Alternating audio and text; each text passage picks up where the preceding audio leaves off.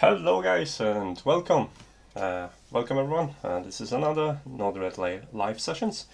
It's probably gonna start numbering them or something like that, or put some reference so you could know what topics are we exploring if you're just catching up. I hope you're doing great. I know it's early or late in different time zones, as people in chat pointed out. But unfortunately, I'm limited to my time zone, and I do work nights, so starting work tonight.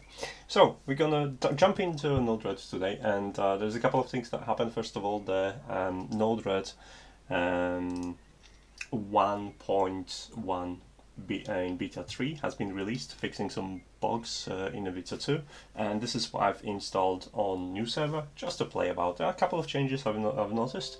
It's not something I've used, so I've not played with beta for a couple of releases, so it's new. So I'm gonna be talking through the process as well to give you a heads up. So that's the plan, and we're going to probably play with weather API. And hello to Lucas and hello to Reese. How are you doing, guys? Nice for you to join. We're gonna play with weather API, importing data into NodeRED and see what we can do with it.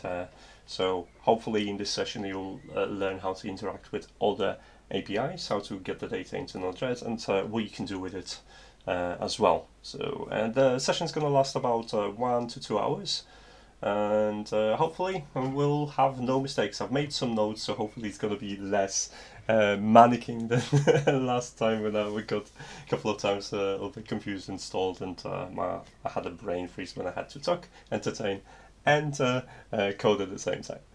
And hello Brendan, how are you doing? I need to open the window as well because it's getting slightly hot in here, because I've been running my computer for some time, and this is a very small space. And yeah, if you hear any birds out, that's outside. It's my custom soundtrack.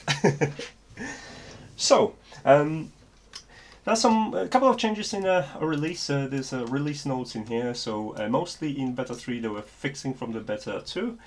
If you want to have your latest version, just install it with this flag in here, and that will basically dump beta on your Raspberry Pi or wherever you're running, instead of the 1.0 release. And if you take a look at is it this one? I have some new shortcuts. Hopefully it's not going to. Oops, sorry. Let me just move it back. I just wanted to grab this one and put it here, because otherwise you're not going to see the changes. I also have a second screen right now enabled, so you'll be able to see it. So first of all, this information tab contains information about your flows, subflows, globals, so you no longer have to dive into all the menus. You can have an overview in here, which is nice. There is also a help section where you can just jump into a different nodes that you have, and you can get information what they do and little bits of details how to use them. So that's helpful for everyone that's just getting started. This is a new installation. I've not installed anything apart from the dashboard, so we're probably going to work with the dashboard, make a small a widget for weather, and see how's that working. So if you're interested, I'm just going to give you a link so you could have a look. You can send me some heat this way. 4 degrees, of course, because it's middle of the winter right now in Australia.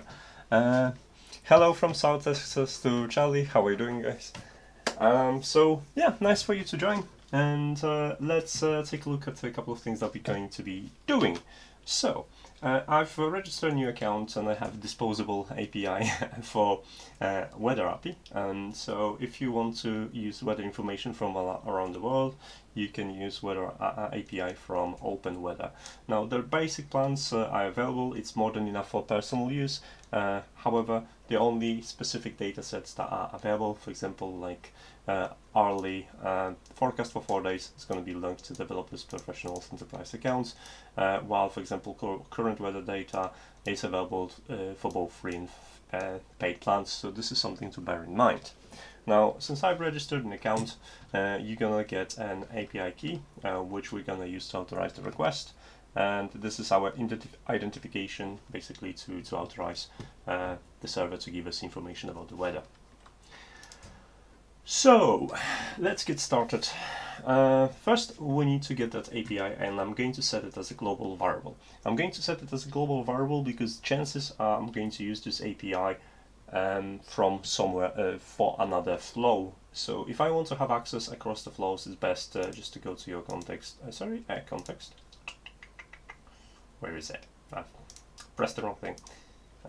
So let me just change my screens. So you're gonna go to your context, and we're gonna have it in a global. That way, whether you are in a single flow or another flow, you can get that information over.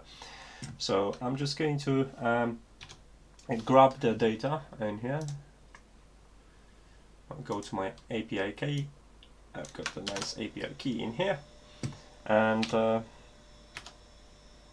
now I'm going to go to NodeRED, and we're going to store it. So the easiest way you can store it is just get a change node, for example, and we can set a flow, and sorry, that's going to be global, and API weather, and we're going to set it as a string, and this is done. And now to make this happen, we just need to inject,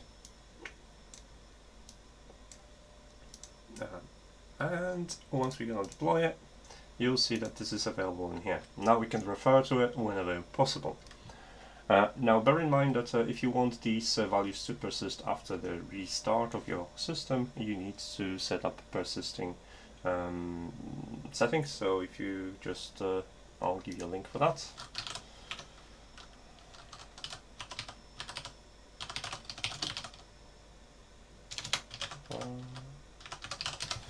So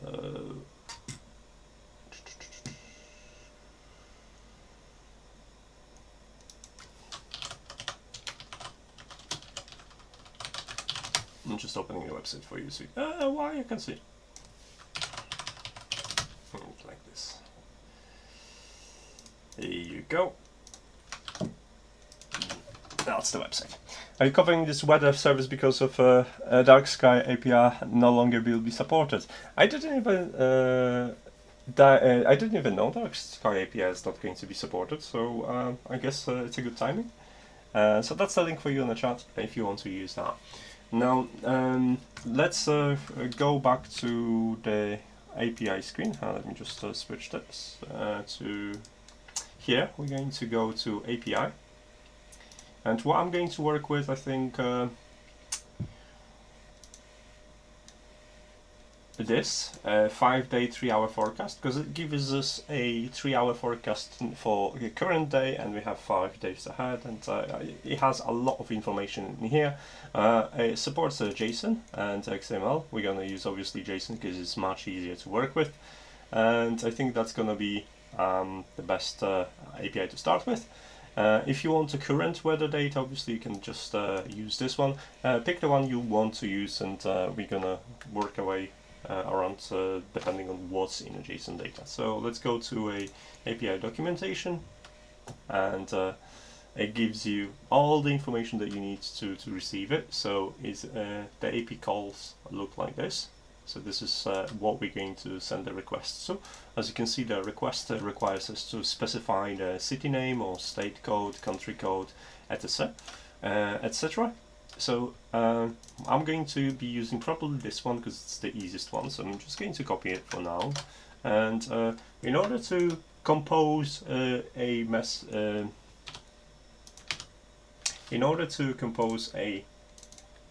URL, and I found it the best way to do it with a function node, because you'll see in a second it's a very easy way to do it. So first of all, that's our URL. I'm not going to change it yet. I'm just kind of, let me just increase the maybe size for you guys so you could see it. Like this, maybe a little bit better. Let me know how that looks like. I just pasted it so I could see what I'm working with. So I know for sure for this I'm going to need that API, so I'm just going to get that API. So I need variable API, and we're going to get that from our global .get. and obviously we are getting that API key. So that's sorted. Now we also need to pass a name, and we need to pass a name of the city.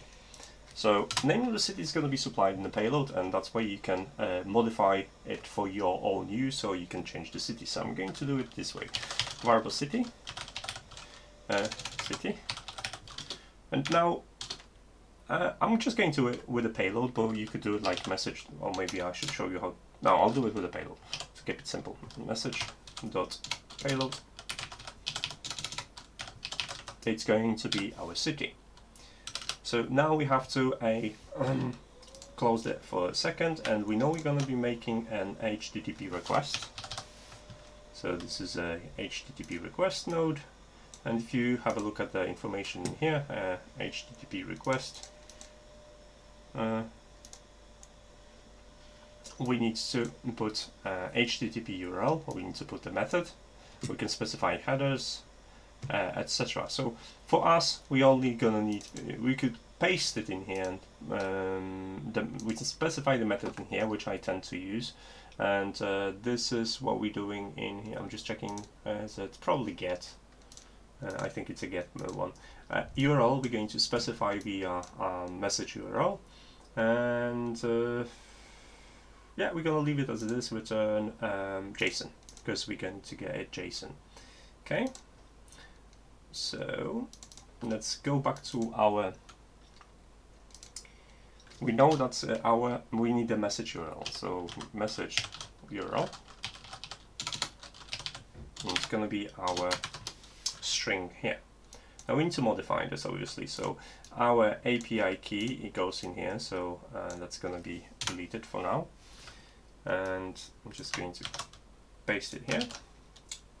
Now, to append to a string, we just use a variable, so we're going to add a plus and API, because that's our variable here, right? So we just append to end of the string. And in here we also have to specify the city name, so I'm just going to delete this. And we have to split it first, so I'm just going to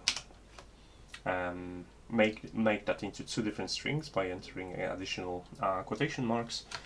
Then add two pluses, because I'm going to append those two, and we're just going to add city. So if you just control and space will autofill for you, it's easy when you have a longer variables. And this is done, and let's close it off with a colon, semicolon, sorry. And now that we have it done, I'm just going to probably add HTTP. That's like this, just in case. I think those are secure. We'll have a look in a second. So let's have a look at the document again to see if I have to pass any other information. So let me just switch this. Okay. Now you can submit the geographic coordinates as well if you're interested in that. Let's have a look. The questions right now, if there are any. Apple has bought the dark sky, and they're making Apple only. Of course they would. Let's see. So this is the response we're gonna get. This is a sample response we're gonna get from the parent, from that API, right? And I'm just going to scroll this. If we have to define, because we need to define. I'm not 100% sure whether we have to define whether we're getting a JSON or XML. So I'm just looking for that information, how I receive that. Just the format, description, parameters. Divided by comments is codes. You can specify parameters. Okay.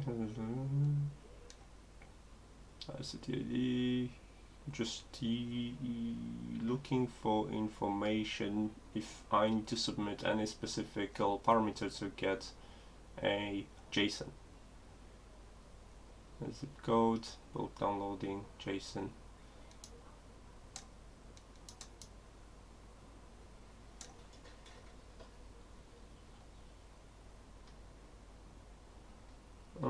I don't see any information whether I should or the formats. Oh, there is what I need. Examples of API calls.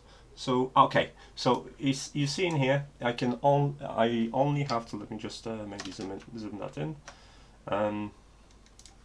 I only have to specify the mode if I'm interested in it's XML. If I want a JSON, it's going to be as is. Okay, let's go back to my wrong screen, this screen, so I don't have to specify that. So if I'm going to connect this request, we're going to add a debug in here. Right, and we need a trigger, so we need to inject something not timestamp. We're going to be injecting name of the city, and oh, this changed as well. I've not noticed. Now we can specify the payload and topic this way. Oh, I really like this. So we don't need a topic, and we just need a string, and this is where we're gonna specify the city. Now, let's pick a city around me, maybe Stockton. Stockton on seas. I hope that's gonna work. We'll see the weather. And let's double check if our function node is operating okay. Get weather. Open weather. Okay. So we have our city that's going to be supplied in here. We've got our API, we've got our message, and that's going to go as a get. Just double checking in here if it's. I think it's a get, not post. I think we're ready. So let's give it a go. Let's deploy this. A bit of a management here, and let's deploy this. Okay, I think we're done. So let's go to debug. And let's do it. Okay, city not found. Okay, so that's not a problem, it's just my city is not found on this, or I have to submit it in a different way. So let's take a look at the documents again, and see how do we get information about the city. By city ID, and by city name. So we can search for find this at 3 hours time. No. City name. It didn't find a city that's a country code. So I'm looking where to get information. Searching by state, well in USA.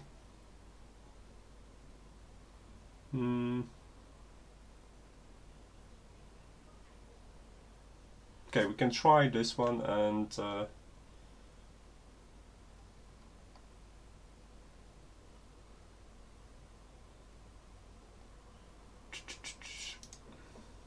it's definitely here, so there should be like a link somewhere where I can double check if there is a city available. City names take on divided by comma using the country codes. You can specify parameters not only English and Greek.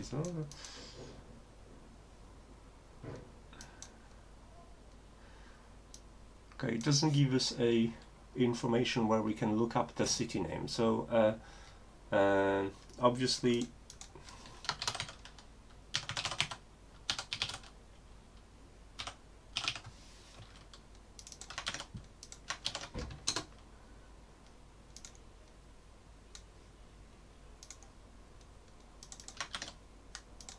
Let's, instead of that, I'll pick another city near me. Wrong camera, this camera. Okay, so instead of that, I'm going to pick Middlesbrough, which is just a couple of miles out, and let's see if that worked. Okay. Okay, so we have information about Middlesbrough. Congratulations, guys. The information for you, and so code 200 is successful, and we have our array, an hour by hour, and information about Middlesbrough, which is sitting in GB, population, time zone, sunrise and sunset information as well, so you can get a couple of the additional informations in here. Now there is no, even the coordinates, which is nice, and a city ID. I wonder if I'm going to specify information about the if I'm gonna look for Stockton, do I get more information? Let's have a look. Let's try like this, and let's see what information I get. Okay, so we have city information, Stockton in US. Okay, so it just picks randomly. And if I'm gonna do Stockton on these, like this, let's have a look if I can find it. You should find it. Stockton's quite big actually, so By the way, shortcut to clear this list is Control L, if I remember. Or Control Alt L. Control Alt L to clear the list, debug list. Okay, we found the city, Stockton-on-Tees, so that was the issue, I think. Stockton-on-Tees, yeah, so it's 80,000 people. Sounds about right. Yeah, okay. So you have the information from Stockton-on-Tees. I was missing the dashes, yeah. Right, so let's take a look at our information for the weather. So that's going to be 40 different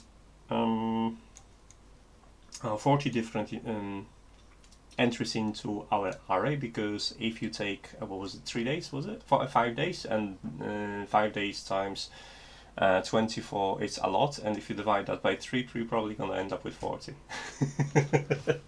that's the math for beginners.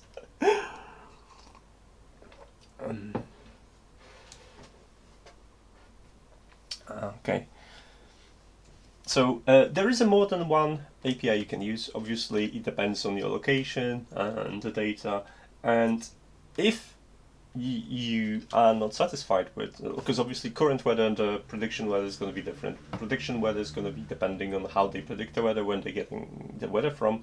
And the current weather you can either submit from your own sensors. If you have it outside, you can set it up, or you can get some local weather station. They sometimes have an API support as well. So we're playing with this one for now. So let's take a look at the sample that we have in here. So DT is probably time. Main. So we have a, so main, it would be probably right now temperature 200. Is that in kelvins? Come on. No, that can't be in kelvins. Let's double check the units, because right now is just something's not adding up right now. Temperature feels like 209.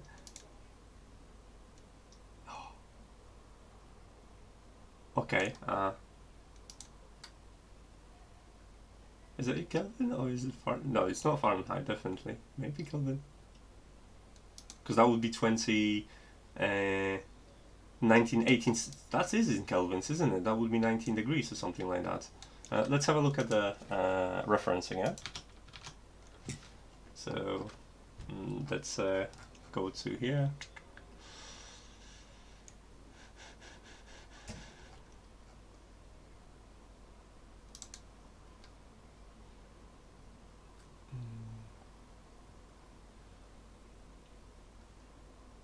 So we have the forecast, forecast symbol, precipitation, temperature.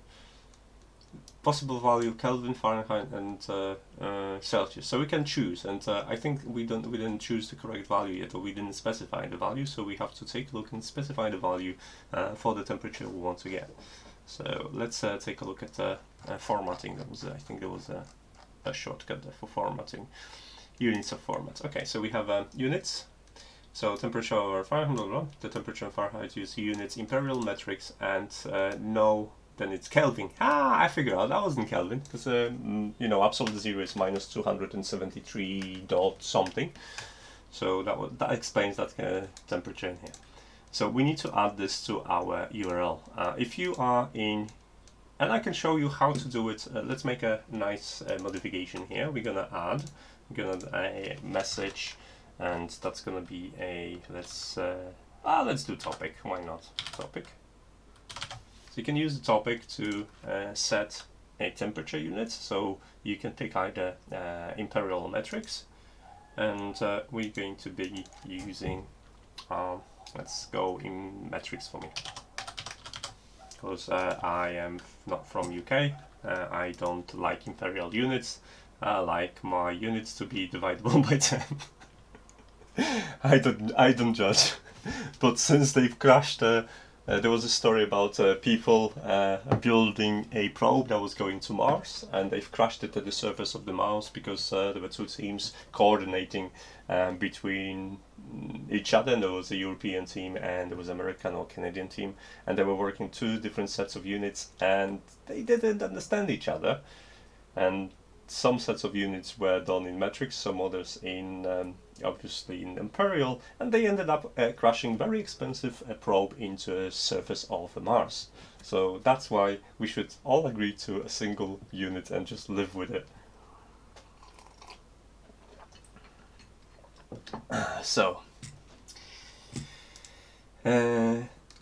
So to implement this, what you have to do is just open your function node now and introduce new variable. So we're gonna have a variable, and that's gonna be units,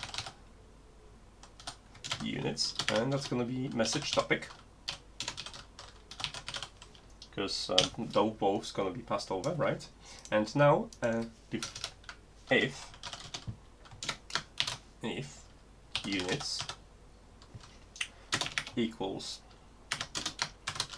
metric, and we're gonna set our units to obviously metric. Oh no, we don't have. What am I doing? We don't have to do it because we specified them here. Please ignore me. It's no point. So all we have to do is just to add this to the end. So here after the question mark, to modify it, we just have to add something after end, and so we're gonna add another end, and in the middle we're going to type units equals, and then our value. So we have to split the string and add our units. Okay. Oh, and I didn't switch the camera. Damn it. Sorry. So, okay. So what I did was in here, I went to a message, inject node properties, and I added the message topic, and I'm gonna specify the information here, in this case metric. Then I open the function node, set up new variable units, and that's gonna take the value from message topic. And I've split this after the one of the parameters. The parameters are separated by end. So I've added units and equals, and then our variable in here, which was units. Okay, I think we are done, so we can try this now. Let's delete this and let's go ahead and get information, and hopefully now I'm gonna have this in Celsius. Weather main. Okay, so right now it's 18 degrees, feels like 16, which is about right because I'm in a short sleeve and I'm slightly hot. Okay, so that's what we have. Now we're gonna play with the dashboard, and we're gonna create a small widget where you can display that weather. So you'll notice that we have a lot of information, and this is the 0 is probably gonna be the current one. If you want to have a look, it'll tell you what is the information in here. Now, so this shows that it displays the information in universal time +1 at 4 p.m. and that's about 4 p.m. So that would be updated 30 minutes ago, and that's the present information. If you're gonna go to a second array, that's gonna be 3 hours later, I guess. You also have a text value in here which you can use. If you're gonna have to another one, if you clicked on that, you will see that this is for 3 hours from now. So this is how you can identify it, and obviously this is displayed here for you as a text system time that you can use as a, what is it called, a string. Okay, so in let's try to do a dashboard. So I've installed the dashboard, so you have in here a collection of the nodes that you can use, and there is a couple of things we can do. We can have a chart, we can have like a widget that will display the weather. So maybe let's start with something simple. We're gonna start with information on how to display a current weather. So we're just gonna use that information in here and provide us with some basics, right? We're gonna use a couple of things. So first of all, we're gonna have a text, that's for sure. And yeah, for now I think we're just gonna use the text. So let's create a new UI group, and that's gonna be a weather. And we need to add it up. That's gonna stay as this. Okay, so we have some weather right? And then you can have a values if you want. So right now I'm just going to leave it as it is and take a look at the dashboard, see how that looks like. So if I'm gonna open it up, you'll see I have a weather on the home screen. In here there is a weather and there is no value right now, but I can start passing the value. So if I want to modify this, let's say this is gonna display our temperature now. So this is our temperature. Now it displays the value in a message payload, but that's probably it's not what we're looking for. We know we're gonna be displaying, in this case, in Celsius. So I'm just going to get a Celsius symbol. And there I have it.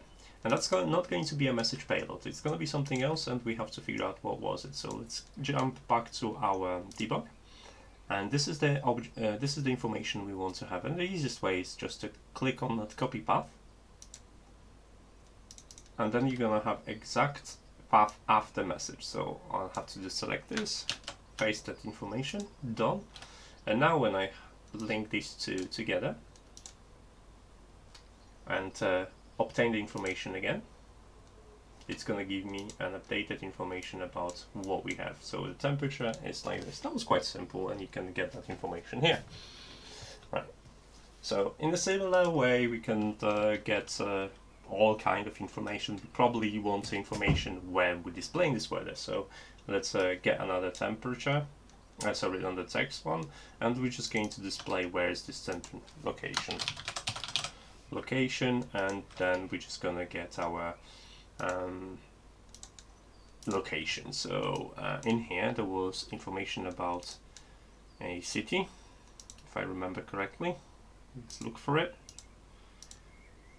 City in here. So if I want a name, I can just take this, copy this, same again, just paste it instead of payload, and we are good to go.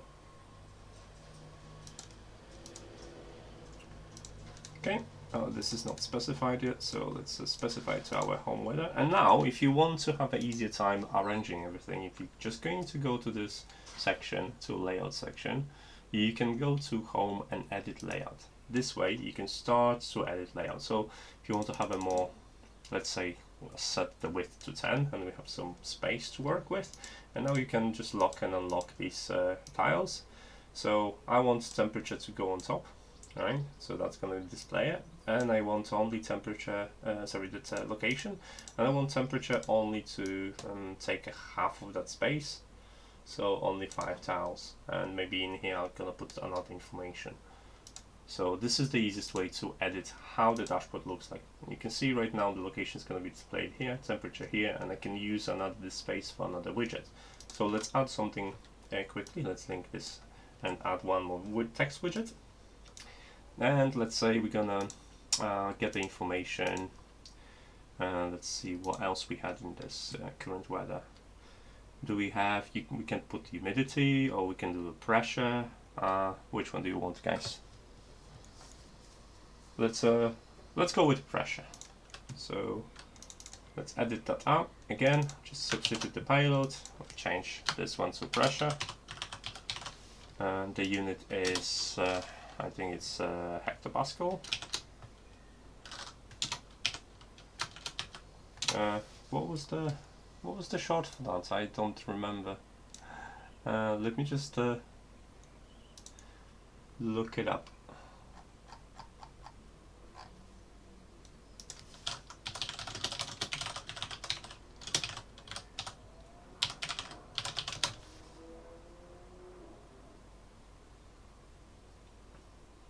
HPA, okay, like this. Now I remember. So this is how you like, we're gonna improve this in a second, because this is I've not adjusted the correct group. So let's add the correct group.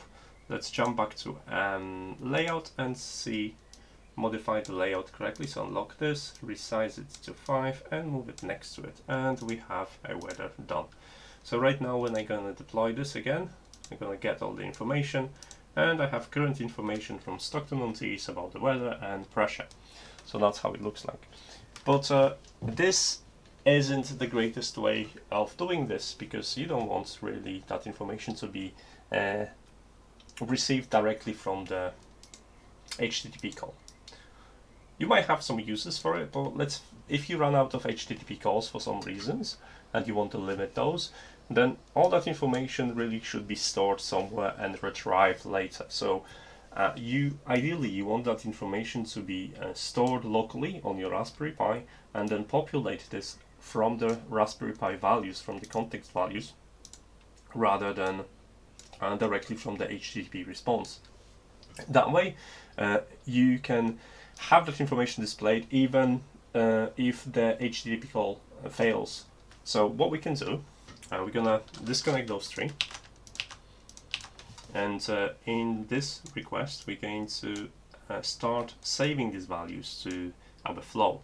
So for example, we can do a change node if you want, because so that can be achieved with a change node. So let's do a change. We're gonna be setting flow, and now let's say we're doing it for current temperature.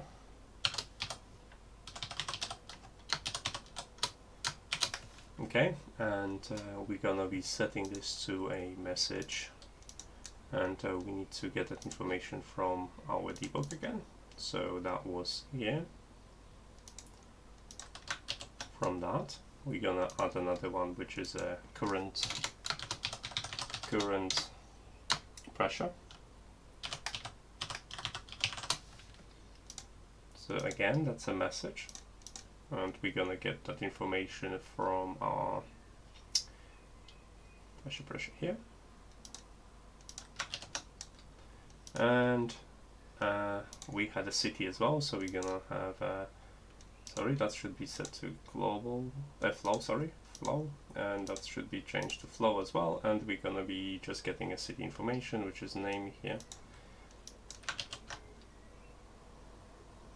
Sorry, like this message, and current city.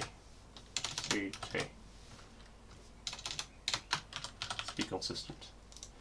Okay, so now what's gonna happen, we're gonna have this information stored as a context.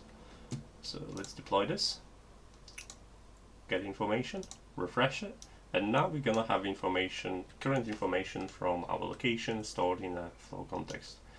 So now the trick is, now because we know that this current temperature will change every 3 hours, we know we can just simply do the repeat at interval, and then do every 3 hours.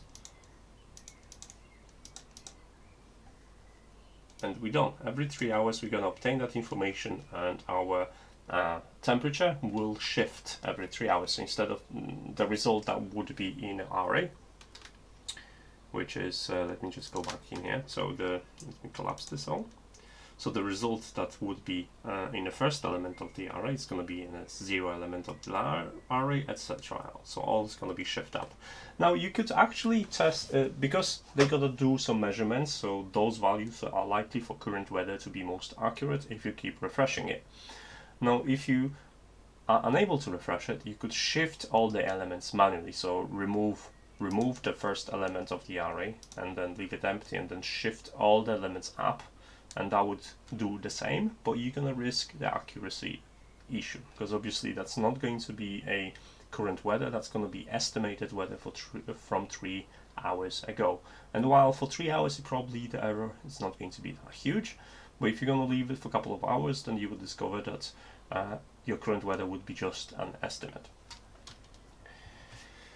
A bit of coffee. Okay, so how do you display this information again? It's very easy. What you can actually get this node and just copy this here, and we can work with this, because what's going to happen, we're just going to reverse all of these. So we're going to take this, it's going to be our we're going to be setting our message, and we're going to setting from information from the flow, and now we just have to swap them around. So like this, and that's cool. And we just go here and we can copy it. So current temp. Okay, done. Same here, we're just going to set the message to a flow, and that's going to be a pressure. So we're going to take this. Actually, I'm just going to modify it, it's going to be easier. Message temp, message pressure, and message city. That's going to be much easier because we don't need a structure or anything, and it's going to give us a bunch of errors. So we're going to have a current temp, current pressure, and current city. So now that these are all, we can just simply all pass them to the same source, and we need a trigger. So now you can have them updated any, like let's say you want them updated, so you can update them every, let's do every 20 seconds for now, you can pick the time.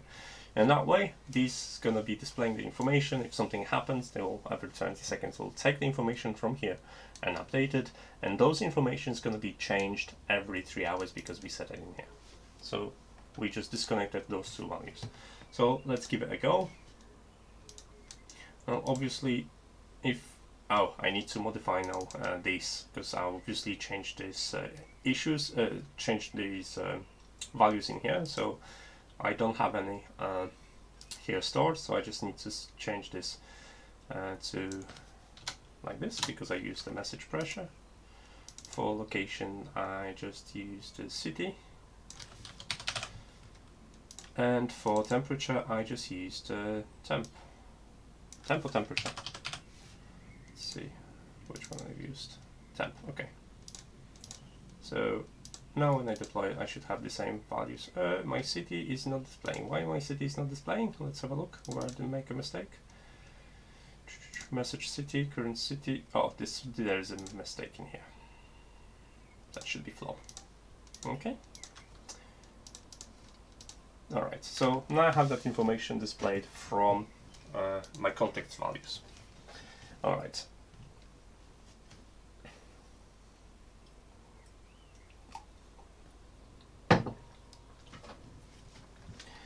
Okay, and next task. Next task, we probably want to play with a graph. How about we're gonna create a graph that's gonna take all the information. Hello, Edward, how are you doing? How about we're gonna create a graph that's gonna take that information from each array and display it as a curve. So we will see what the temperatures like is gonna be over that entire period of time. So that's gonna be slightly more complicated. Obviously, we're gonna need a chart. So let's assign the chart. We're going to name it temperature over 5 days. Okay, and we're going to have a line chart.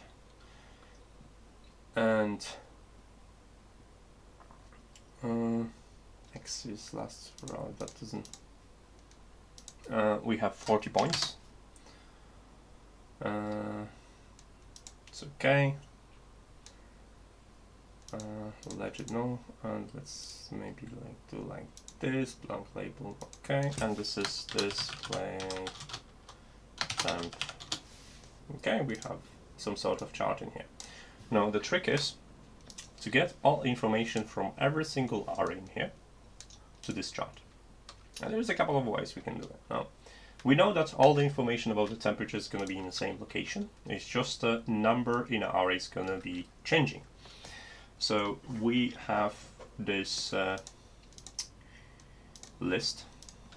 So I think that's our. So we're going to need we're going to need a function node.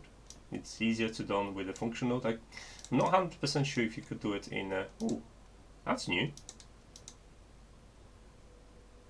I've not noticed this before in my previous node. So code will be runs once whenever node is deployed. Okay, I love this change. Oh, guys, this is awesome. So it's a sidetrack, but this means, right, when you deploy node and you have stuff like that. So I'll try this. Let's give it a go because I'm really into it. I've not paid attention, and this is awesome. And I'll tell you why this is awesome, because if you're gonna do this, you don't have to have this inject on deploy. You're gonna have that information actually inserted. So you can go in here, and we have our information in here. So you could, in theory, I think you could do like this, and put it here, and then define your variables, which is city stock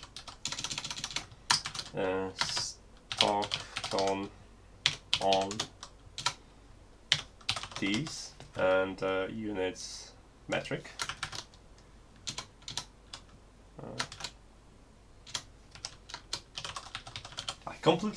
I've completely ignored that. So now I don't have to have this.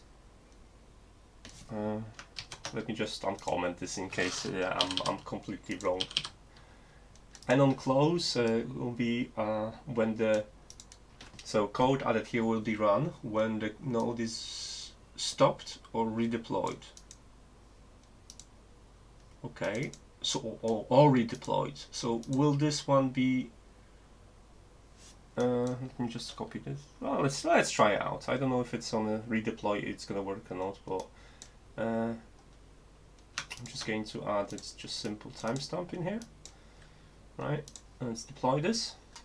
Now let's go to our context and delete the information from here and see if that works. I'm super excited because that will save a lot of hassle actually. Okay, let's try it out.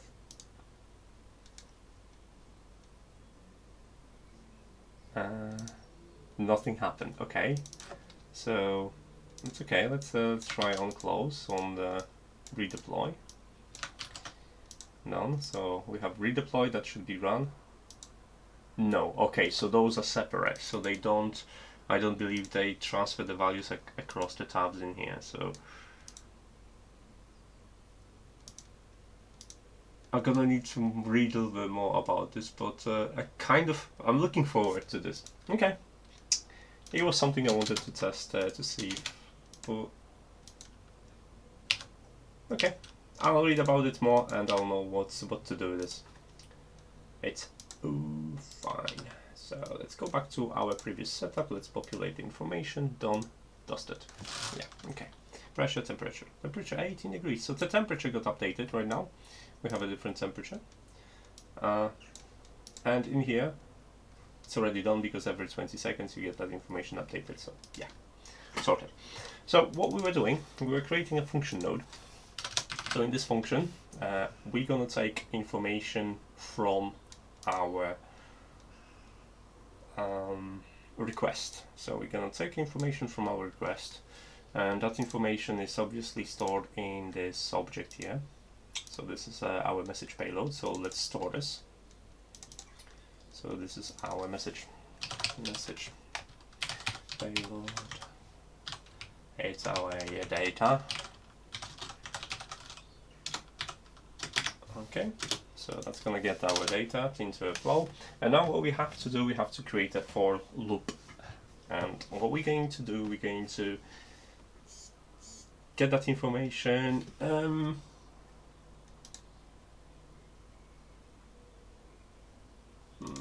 Just thinking about the chart for a second, because if I want that chart to be, can it be like a months, year, date, months? Because the only thing I'm not 100% sure is because I'm gonna keep iterating and submitting the values, and those values have to be on a chart that shows in the future. If I'm gonna do a loop and loop through all the values that are submitted in this array, they're gonna be posted 1 second, a couple of milliseconds after each other, and which means the chart is not going to spread. I need to get the information about the time, and then get the information of the update, and get the information about the temperature. So those are two information I need to get. So those information are stored in, I'm just gonna make a note in here. Time stamp temp. So let's have a look. Go back to my array, and let's take first. So this is our timestamp here. Right, that's going to be 3-hour difference between these ones and these ones. So you have a 900, no, 800. Sorry, I'm just going to do a bit of math in here. I'm pretty sure that's what is. Yeah, that's going to be the same time as here. Okay, so what we have to do is just get those information. So this is stored in. Let's grab this information here, and this is our timestamp, and it's stored in message. Here, this is our timestamp, and our temperature. It's going to be stored in here, temperature. So message payload. So that's what we're going to be looping through. Now, obviously, we're going to be looping through data.payload, blah blah blah. So right now, whatever we submit, what was in message payload, is going to become our data object. And when we have a loop, it's going to be a for loop, or there's no code, then it's going to be let's not get ahead of ourselves. Let's do everything step by step. So all I have to what I want to check is see if I can get information about this, because I want a different. So play blank to so I can so I can actually submit an array itself. Okay. Do I have label can be set with certain property? So that's the label. I just want to see where do I pass the information. Minimum, minimum, x, y values are optional. The graph will auto scale to received values. So I need to just pass some timestamps to the y-axis. And I'm not 100% sure yet how. I've not done that before actually. How to assign this.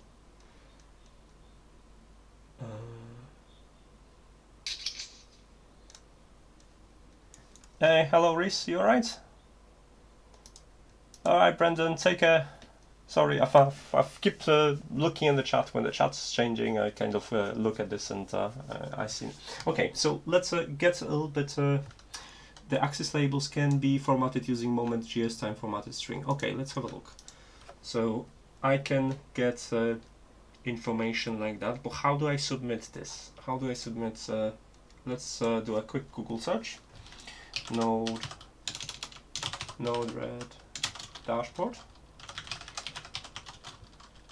Graph, chart, y axis payload. Okay, let's have a look. What's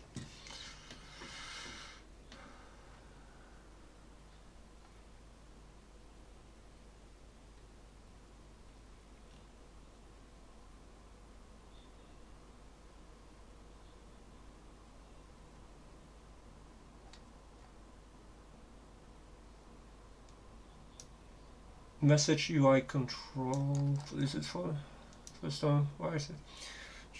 Max change y max value, but I don't want to every time I enter a y value in the UI, but plus support.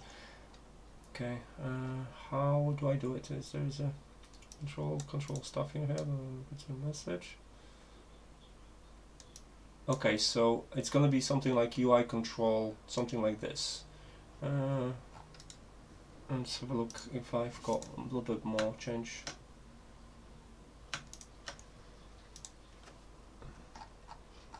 That's just an example.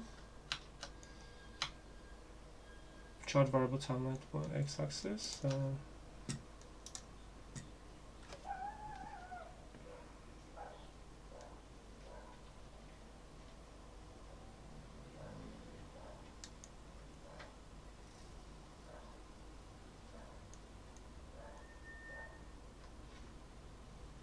Chart takes its value in the property time minimum. Okay, I need to get some more information. Where I can get more information about the chart?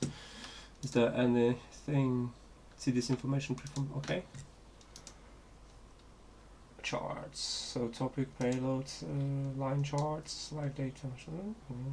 Topic. You can also insert extra data points by specifying timestamp property. Okay, so that's what I was looking for. You can use the timestamp property in epoch time or millisecond. So it's already formatted for us. So it's very easy for us because what we have to submit is just iterate and fire a payload with a timestamp. So the only thing that we really need to do is just go for loop JavaScript. Let's get ourselves a bit of a, and this is how you would do the for loop. So this is this website, w3schools.com. Constantly use it for anything I don't know or anything I forgot how to format. But basically, we're gonna iterate now. So let's. We need to know how big is our array. Obviously, our array is 40 elements long, or 41. 40 elements long, so it's 39. But we're not going to take it for granted. We're gonna definitely specify this. So let's do our iteration, and our iteration will check how long is this array. So this array is our list, I guess, and that's gonna be data, because our data is right now our array is loaded to data. So we have the data and then payload list. So this is where our array is, and we need length. If I remember correctly, do we have to do it like this length, or I forgot? Let's have a look. Check array length. Yes. And there you go. So if you have an array, right, you just take this array and you just add the length and it will give you a value. So that's what I was doing. So this is our, let's get our array, so our temp data. Alright, so we load it up into a 10, and we are loading an array like this, and then we're gonna get our iterator, and no, we don't have to, so it's gonna be just like this, added automatically, and then we're gonna just get temp data and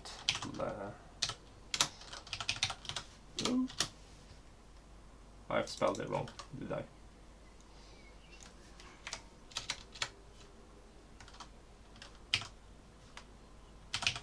Like that. Okay, so that's gonna give us a, in this case, value of 40. So that's how many times we're gonna iterate this. And now each time we're gonna iterate, we're gonna submit the message. So let's create, we're gonna be, there's a couple of things. We can either keep spitting messages out every time we're gonna iterate, or we can push it to a new array, and according to chart we can introduce entire chart. So I think the better option would be to create an array in which we would have those values. So we have our for loop, so let's get our for loop.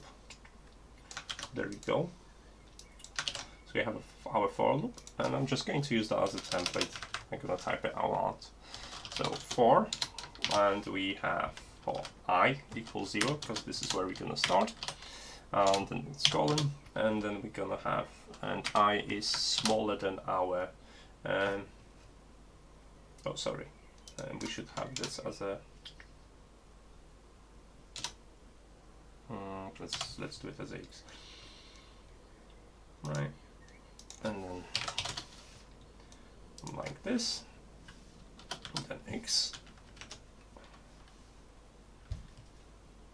So what I did, I swapped the variables because I needed extra value. So when I is going to be starting from 0, iterating up to the x value, which is 40 in this case, and that's going to be this value, and then it's going to stop and going to iterate by adding 1, isn't it? So we need I and the double plus.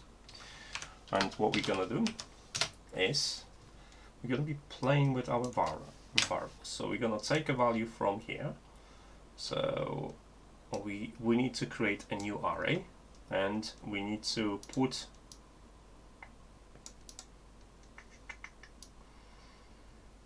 how was it in it? Let's double check how was what was the message? Chart was taking an array. Let me just double check. Dashboard, chart, array.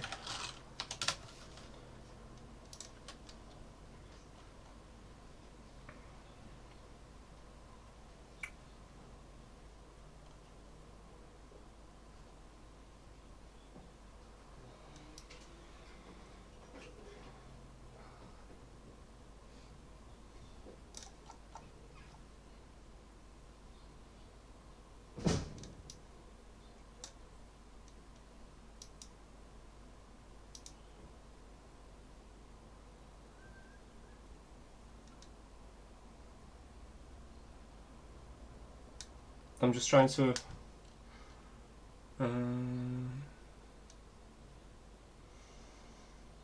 figure out how do we. Okay, so this is what we need to submit, something like that. So it's gonna be our array. Each array is gonna have 2 elements. So let me just write it down. So what we're aiming for is something that looks like this, right?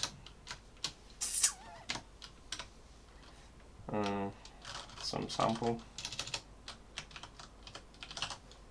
It would look like this. So we have our object, our array, and in the array we would have objects, right? There will be multiple of objects, so I'll add 2 objects just to be sure, and each object would be your timestamp, some timestamp here, right? Like I'm not going to do anything right now, and it would be a temperature, and that would be some temperature, and because those are JSON, we need to get them into. Okay, so this is how we should supply this, and we're gonna test it in a second, right? Because I want to make sure I'm gonna do the loop correctly. So let's get another set, and what I'm going to do, I'm just going to get this information,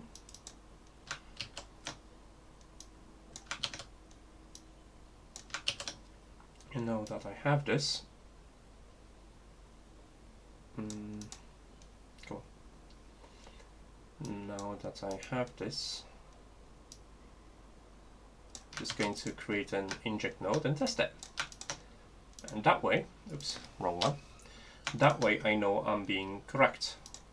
So I don't have to troubleshoot the code. First I need to know if my chart is capable. So what we have to do is, can I get description? To be able to, where is this, when we were able to do the, let's delete this one. What we can do,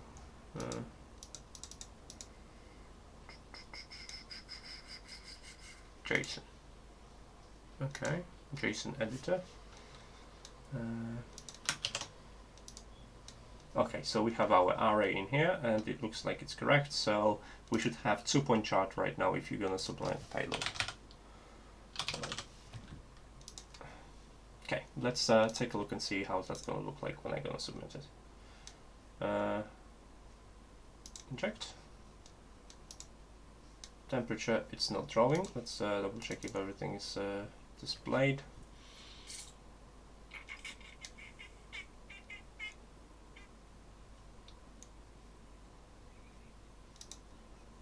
Let's go to automatic. That doesn't matter. Large points, fine. Okay, let's try again.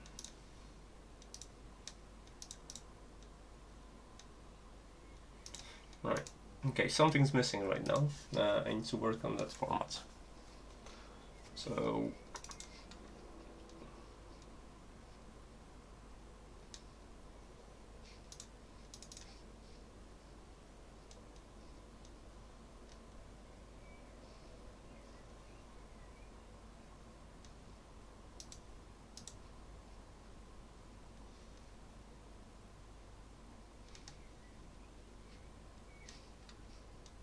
Okay, let's have a look again. Let's see.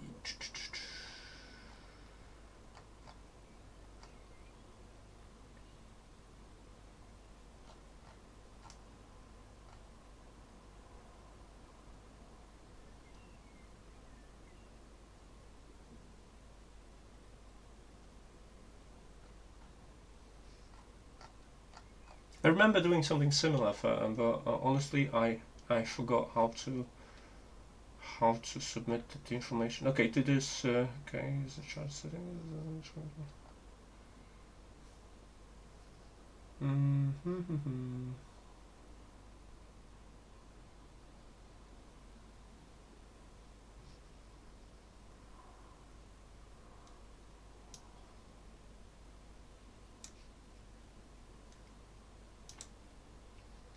Someone's these here in here. There's something as a X and Y. I don't know if that's correct.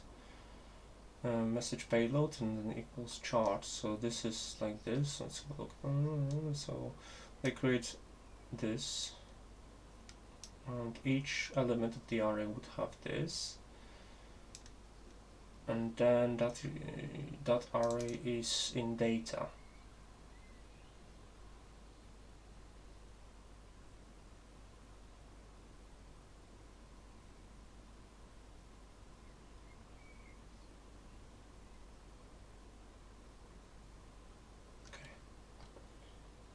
I still need to find out how the chart is submitting this information. Come on, I don't.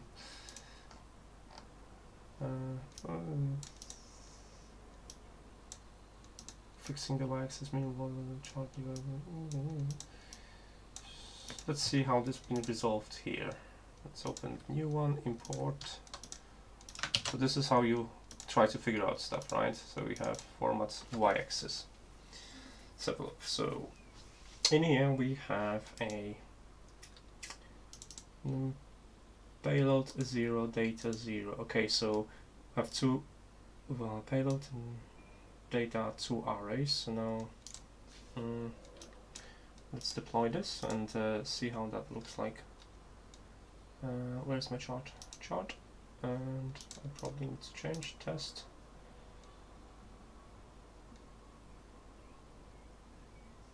Okay.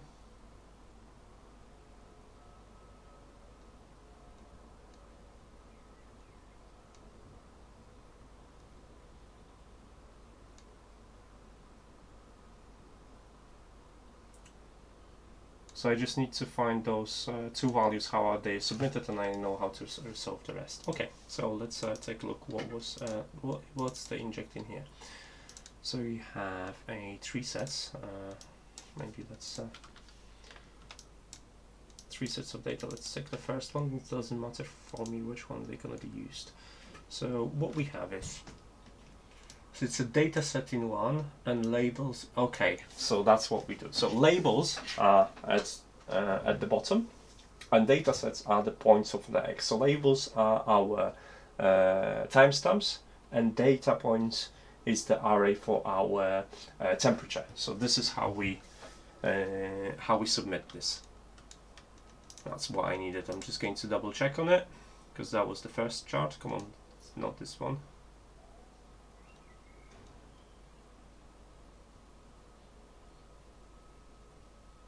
Okay, so once more look, data points. So which one is the one that goes from the 1? Let's have a look. Just want to make sure. So data, this is a negative data as well. And labels 1, 2, 3, 4, 5. Is it labels that's towards an overlay? I think labels are what is being an overlay right now. Series and labels. I think.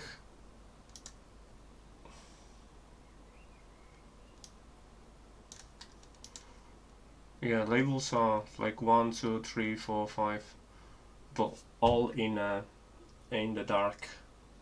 Those are not labels here. Those are numbers of the elements of the array, and I need this to be something else.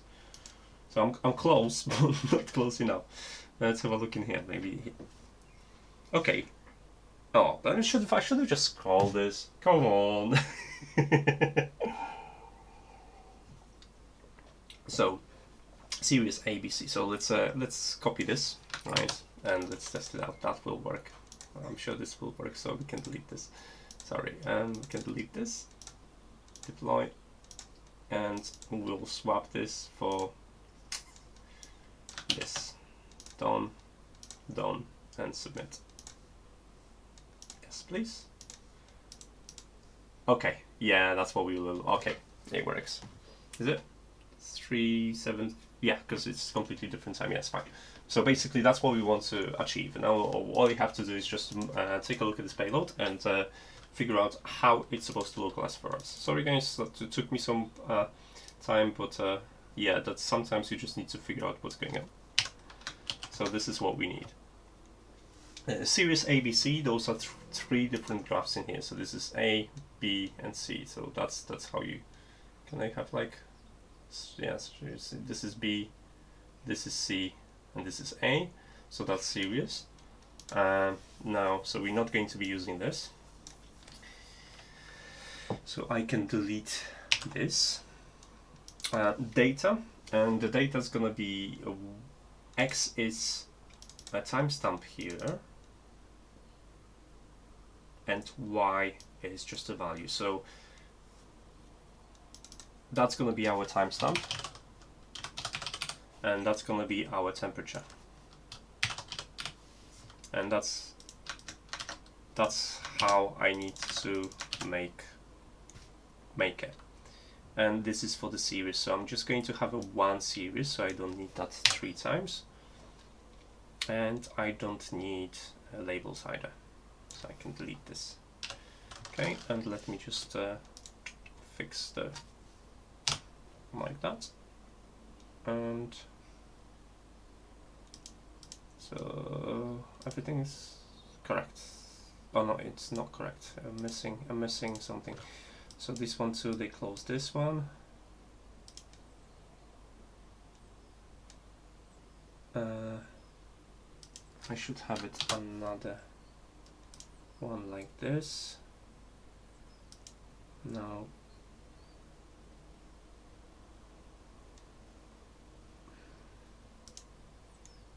trying to fix the JSON right now. Sorry guys. So those are elements in this array. Why this array has a double array? Okay, let's go back.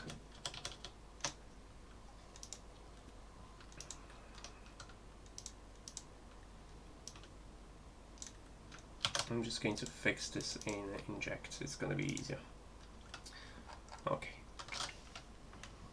So what I don't need this element, right? I need data, and I don't need labels, which is this element here.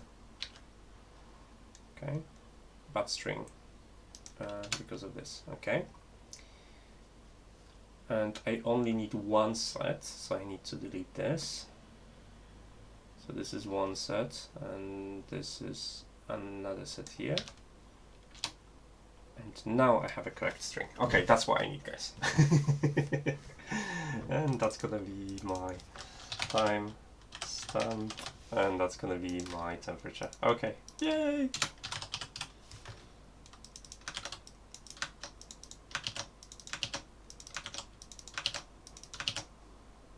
Okay, it's because they are duplicates, so it's fine. Expected R instead of I. What?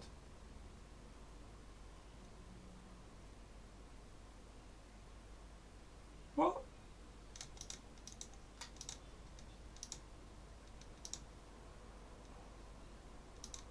Literally, what just happened?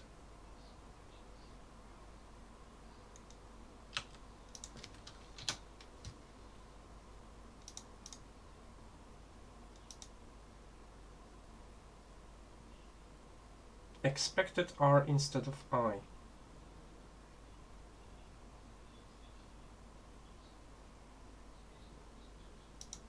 Oh. I'm gonna validate this JSON.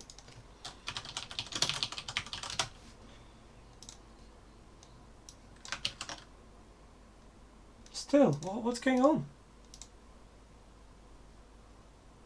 What am I missing?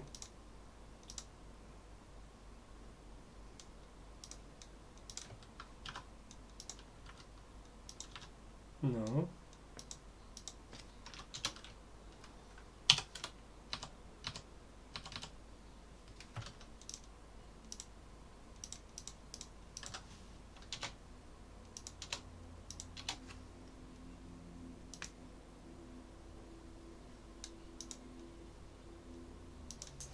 Anyone, guys?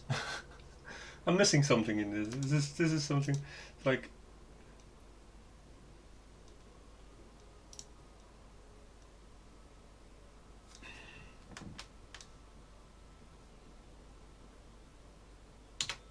What about this? So 1, 2, and 3 elements, right? This is here, yeah. This is here. This is here. But expected R instead of I.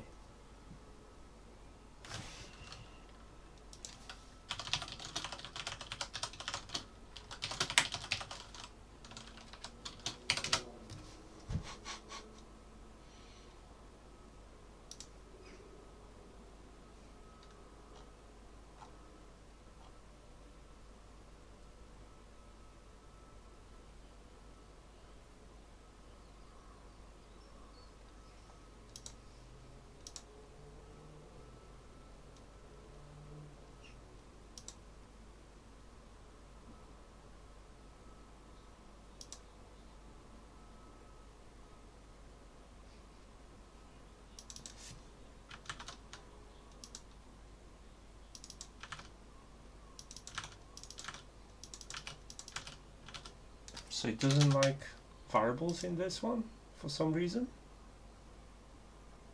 I'm not 100% sure why it wouldn't like variable in this field. It makes no sense.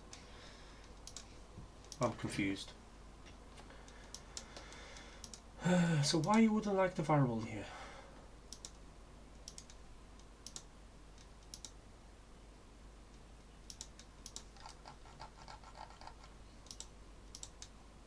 And why it's not giving.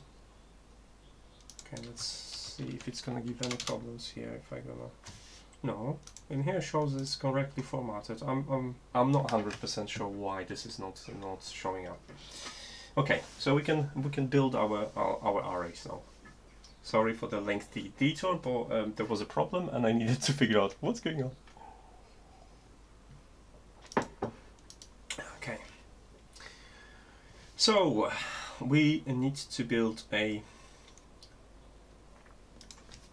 So we're gonna need a variable sample, and that's gonna be our array, right? So we could work with it. And now what we're gonna be taking for each, we're gonna take sample.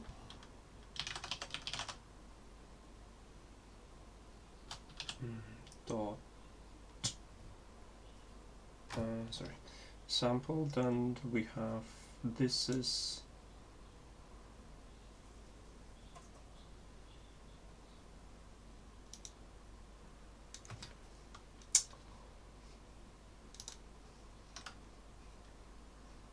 like this, come on. So this is 1, then data, and an index. So we have sample 1, because this is only one element in here, right? This first element 1, small 1, and then we're gonna have dot data. So we accessing this part, and then we're gonna be storing this in I dot x, and this is our timestamp. So x and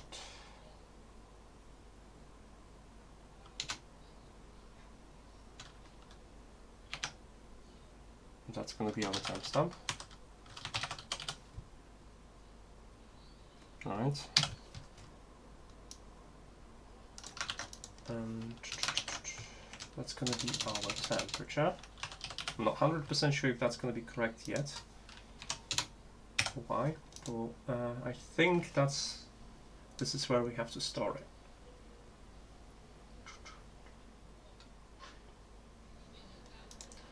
So now the question is if it's going to return the error because we don't have a data key in here. We can create this actually, so we can do this, and we can have data, because that's not going to change, so that's okay. So we can create that data, and that's gonna be an array. Okay, so in that case we're gonna have this one as an empty array, which is gonna be just this.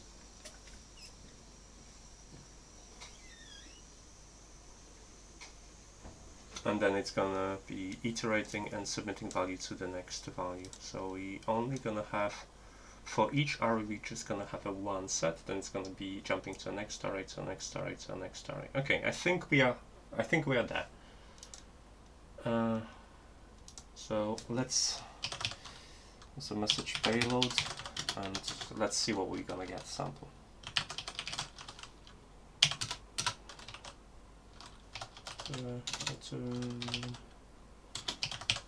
Message. Okay. So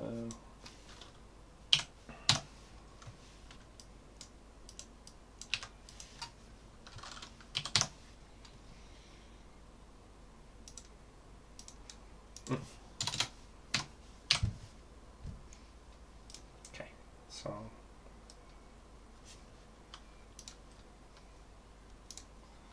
let's see what kind of errors we're gonna get. Let's that's gonna be taken from message payload. Yeah, that's fine. That's okay. Okay, let's try out. Easiest way. Debug, clear, go. Okay, list on undefined. Okay, I was expecting this to have a problem. That's fine. We have something. The list is not defined. Okay. So where was our list? Ah, here. Okay, so we have data payload list. I think I should be doing this. No, still something. Let's access this.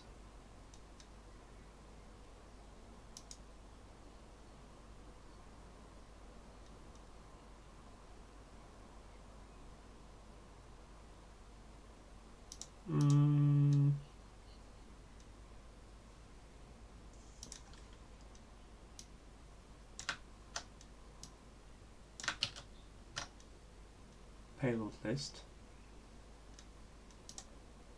Can I do like a message payload list from here? Let's see what happens. Okay, let's try it again. Property data of not defined right now. Okay, so let's fix that.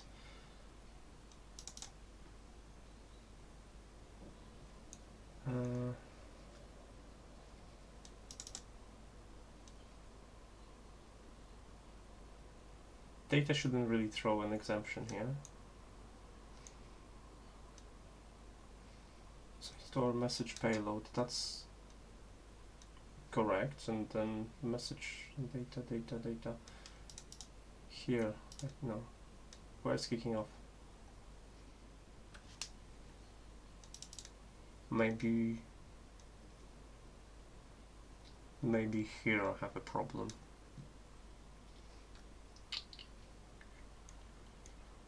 Can't read the property data of undefined. Come on. I've said that it's not undefined. I'm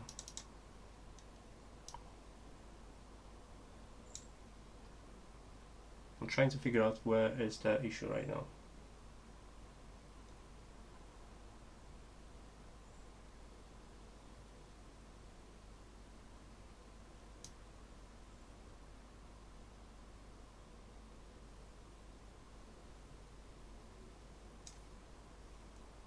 Sorry guys, I'm still trying to figure out what did I do wrong. I probably did something silly wrong. Let's take a look on the arrays again, just to make sure. Let's say JS arrays.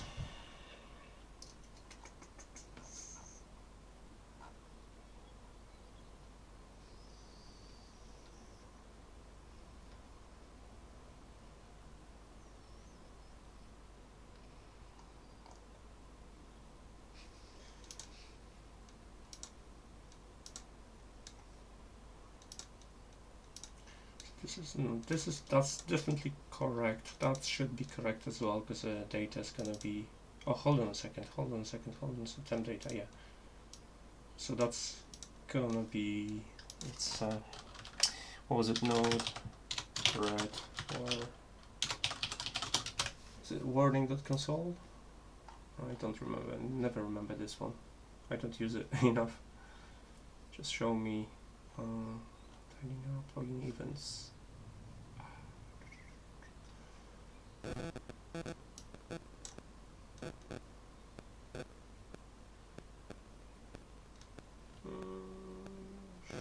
I think I can use this one. Node warning or node log. Let's try that. And I just want information about X. So I could see where's the problem. So X is correct, so definitely is loaded. So we have a problem with data of not defined. So let's take a look at what we have in sample. Sample here.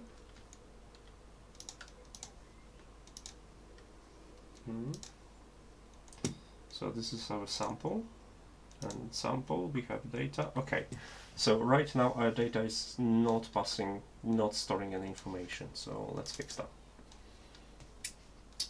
So this is empty. No, that's correct. So this is data array 0. So, and now we should be submitting to that.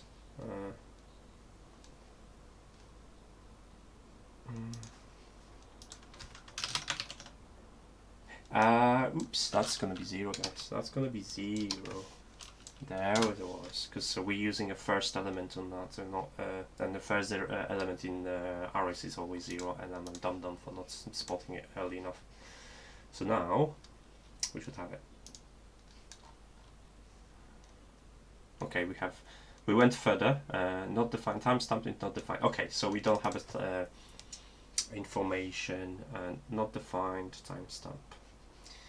Because of course we not define timestamp in here. So we just need to define them.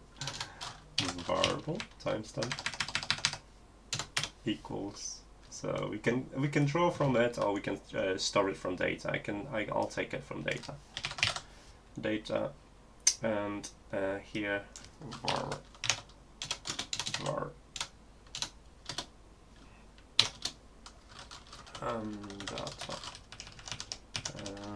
Variable, and this is temp, and that's equals, and we need some semicolons at the end, and I think we're getting there slowly, so let me clear this and let's try again. And I did the wrong list of not defined. Come on, we're so close. List of not defined. So where we have a list.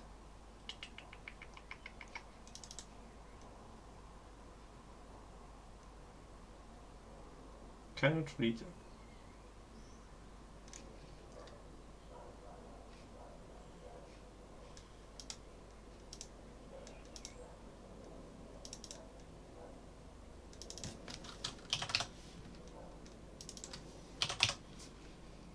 I'm just going to test it with this, just in case. Okay, so X, we need to define X, that's fine.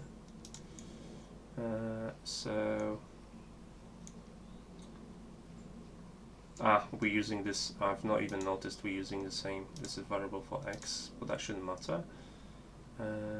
Property of next one not defined. So how do we do this?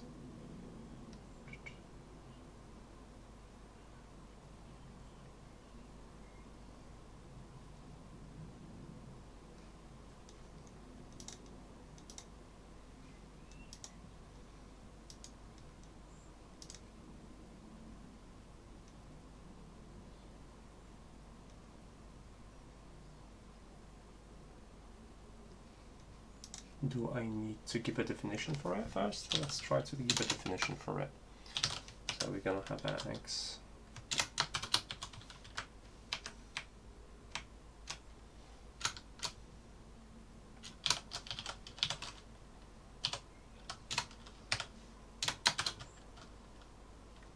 Y. Just define them and see what's gonna happen now.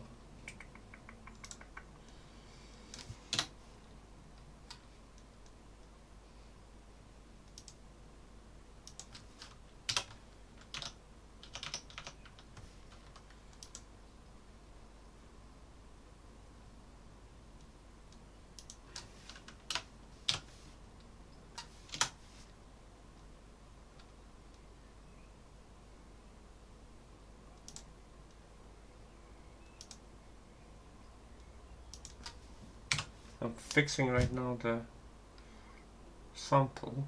Why the sample's kicking off about it? So first,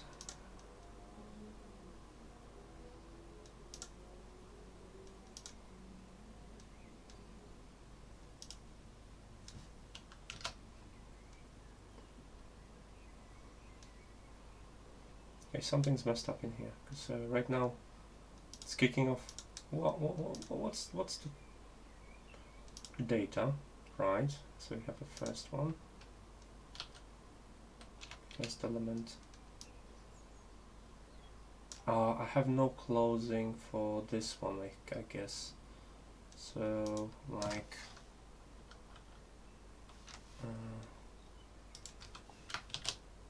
that's the one. Okay, done.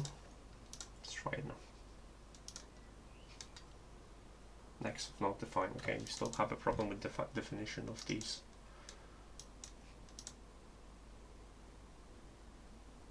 Do we need to have a, okay, array push, we're gonna do this.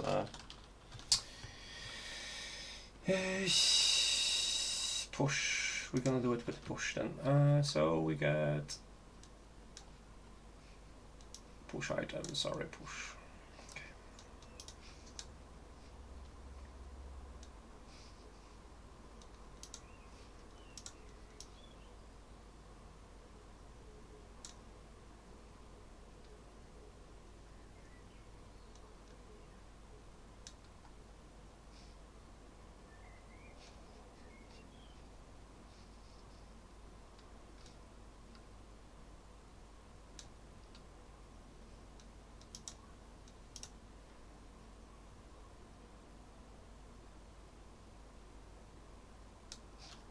Okay, let's push it instead. So we're gonna have a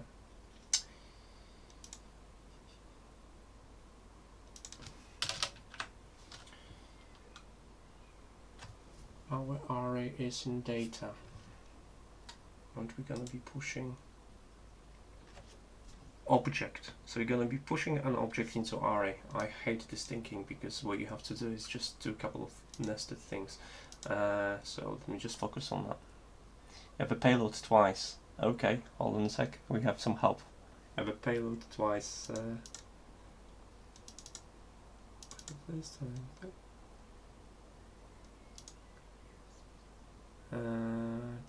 That shouldn't bother because the payload's going to be overridden. That's fine at the end. But what we have to do is we need to push that into an array. So we're pushing into our here, and we want to push this object. Okay, so let's copy this, and that's what we're going to be pushing, which is our object, and we're going to be pushing it to index. So we're pushing it to index, and we're pushing it to index I, and our array is going to be sample 0 dot data, like this, 1 dot push, and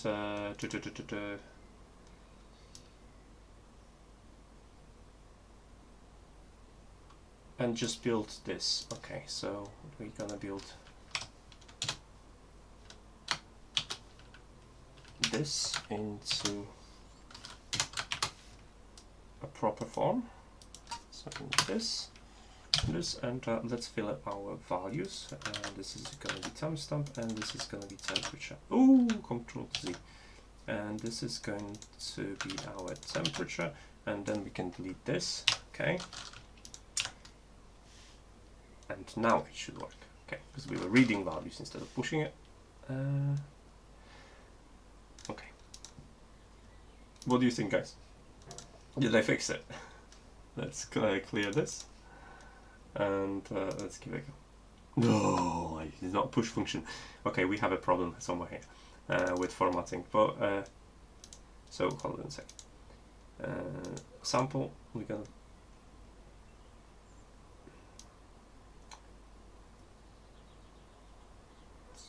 How is it?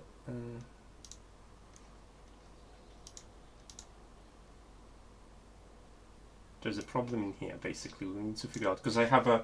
What happens is I have an array. In an array, I have an object, and a first element of this object is another array, and I'm pushing into array inside the array.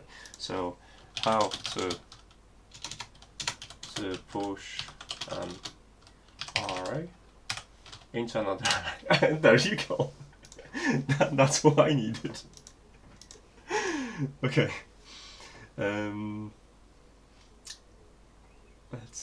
Let's see.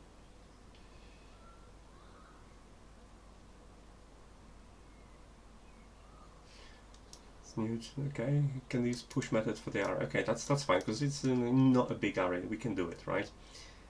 So you can use apply. So I just need to proper. Can I have like an example? Array push.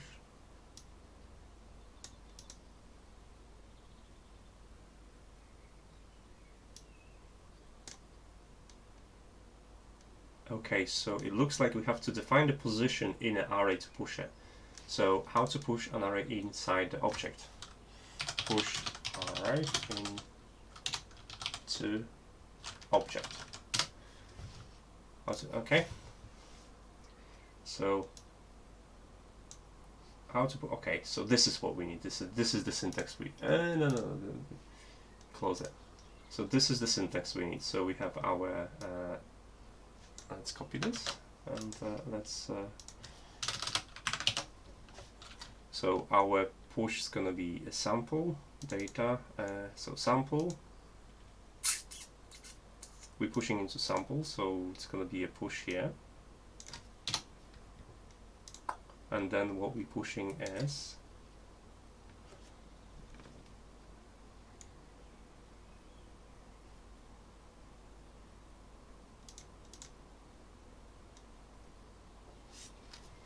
So that's, I think, hold on a sec.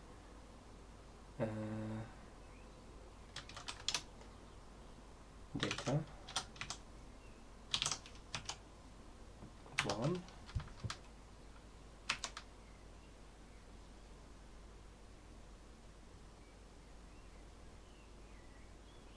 So not data 1, data I, and then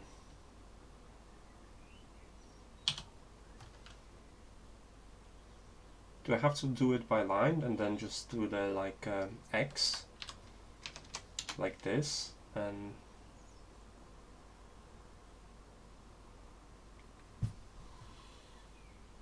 how to do it? Yeah. Okay, this is I need an example. Push array new, so object array1 push, and then array pushing entire array into it. But I want to push. I need that example that will show me how to do it. Come on, guys, help me out. Insert it. Okay, object array2, so object, and then we have array2. It's empty. Okay. Push array1.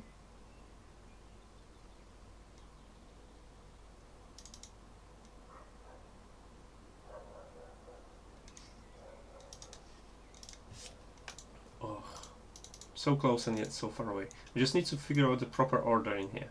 So we're pushing into this array, that's fine, so that's a push, and we just need to define what we're pushing, which is this bit, right? So can I push? Okay, so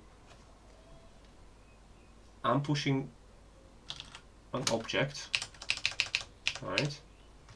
In the object, I have element, I'm pushing it to data, so data, and then there is an array, so data, then we have an array, right?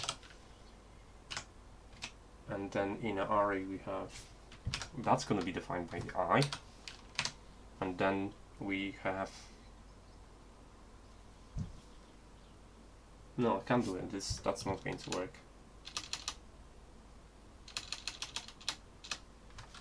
Data, I think that's going to be like this, I, and then it should be like this, and then do 2 lines per each.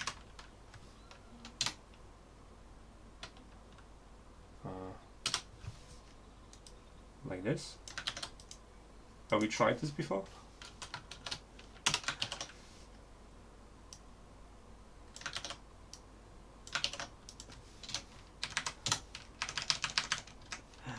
Okay.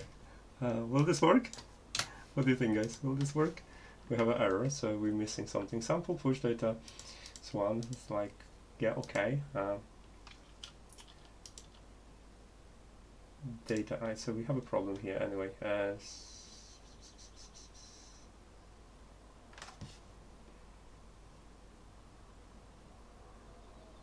No, so that's not going to work.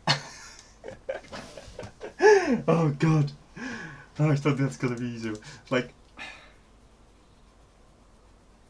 I want to do it in a single loop. I could do like 2 loops and then... Should I do it as a 2 loops? Because I think it's gonna be easier. So I could create 2 arrays and then merge them into a... yeah, I think it's gonna do it because it takes too long time already. So what I can do is that's gonna go up later. So what we're gonna do instead of this, because I don't know how to do it in a single loop, we're gonna have 2 loops. So we're gonna take the timestamp, right, and we're gonna be create a new array. So variable array temp. So this is our array, right? And I wanted to be clever, but it didn't work. Sometimes it just doesn't. And we have a pressure, timestamp, sorry, not pressure, timestamp, come on. Yeah, it's fine. And now what we're gonna do, for every value we're gonna be pushing into this. So we're gonna take this, and we're gonna take this, and we'll be pushing a value of today's temp. Right, and in here we're gonna be pushing the same, but with a timestamp.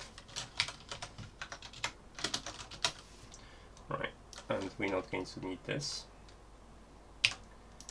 So that way we're gonna end up with 2 arrays filled with all the information we need, and then once these arrays are complete, we're gonna simply take a sample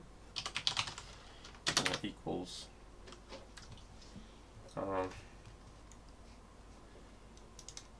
so this one can be, so how we do this array, we have inside the array we have object, we have our data, right, and data is going to be an array of those 2 things.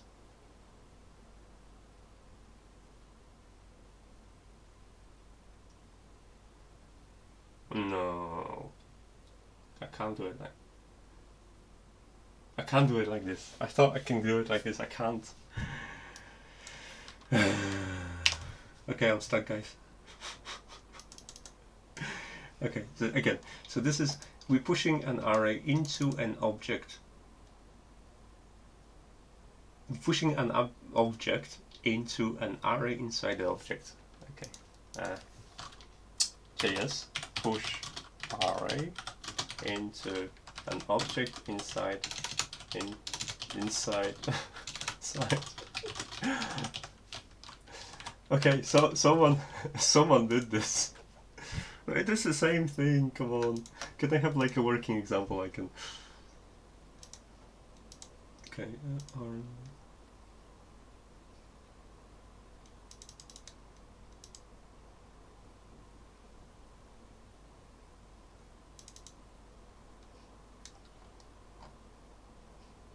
It should be as simple as this. So you have an object which is here, array. Ah.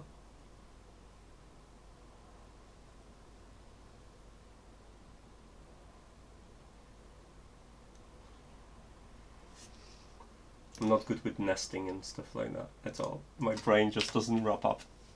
Right, take care, Reese. Sorry I couldn't finish on time. I'm trying. I'm trying to stress it out. I'm waiting for someone cleverer than me to do it. So you know what? For now, we're just gonna focus on this because that's what we need to do. So we need this. So in theory, I could just push this into a data and then add it as a first element of the array to sample. Okay, so last part's gonna be a sample dot push, and that's we're gonna be adding the data, so wherever it is. So we're not here like that, and we're gonna be pushing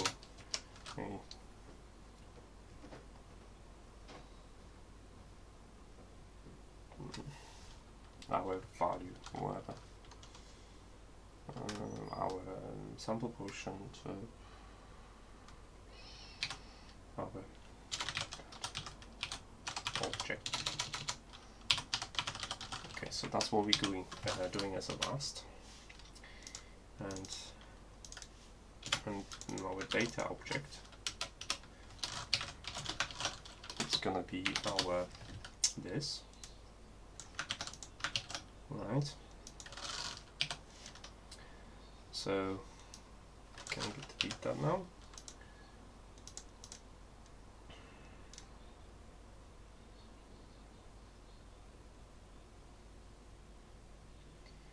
And now I can delete this, not going to be needed. We just need to create, so the data object is going to have a data and an array. So that's going to be data object of data,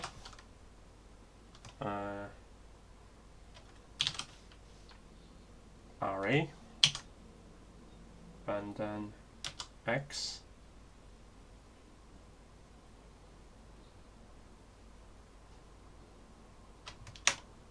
or push and then x value, I think. Push, and then we are pushing entire, so we're pushing object. Can I do it like this, or can I just do like x was our timestamp, and y our temp, like this.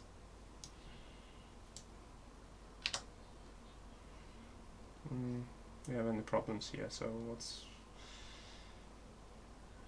and this is I. What else we have? We have, so in here do I have to use the object?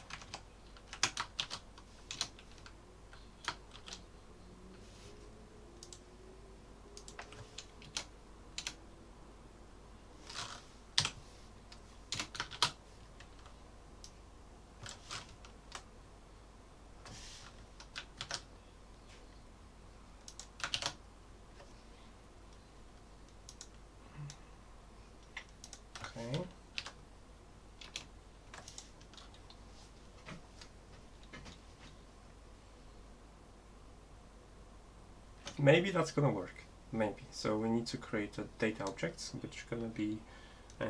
Do I need anything in a data object? I don't think I need. This is object, right? So just an empty object.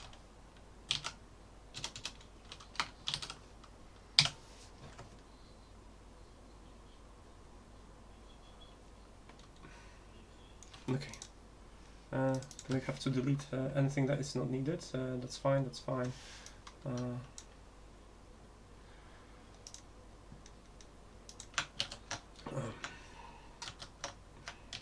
And let's see what's going to be in our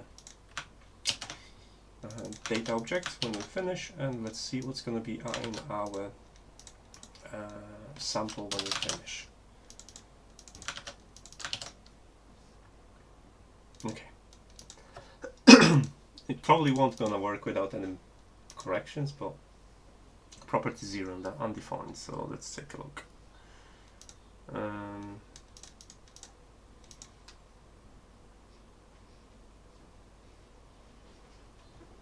I still have this one. Sample just gonna be empty. Okay.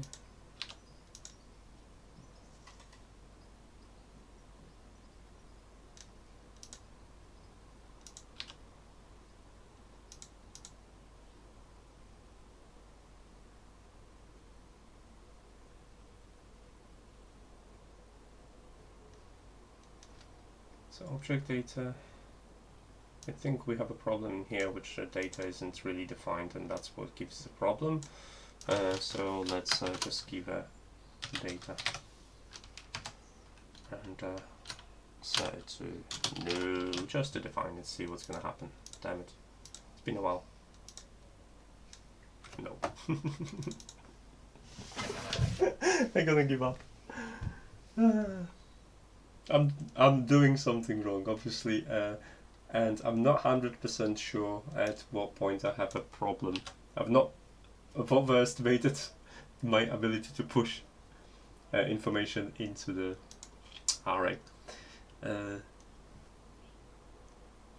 So I have a data object, yes. I have this one, yes. Right, it's empty right now, but it's gonna start pushing information from here, so you should be pushing that information, which is an object, into an array. Maybe because this is not an array. How about I'm going to do it an array.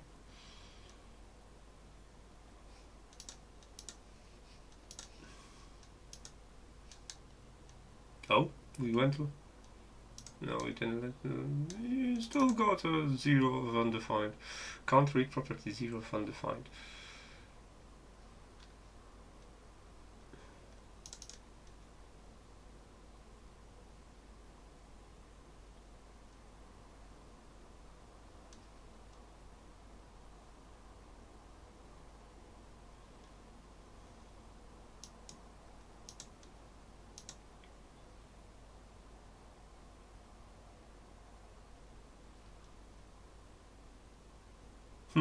Anyone? Oh, I'm gonna have to practice this. That's the only thing that's missing right now. If you're gonna insert that in a proper position, then everything's gonna fall together. It's always gonna get stuck on something silly. Everything else would work. Well, there is something silly I'm doing wrong, and I'm not 100% sure what. How about I'm just going to, no, that was giving me an error, clearly. How about we just going to do it with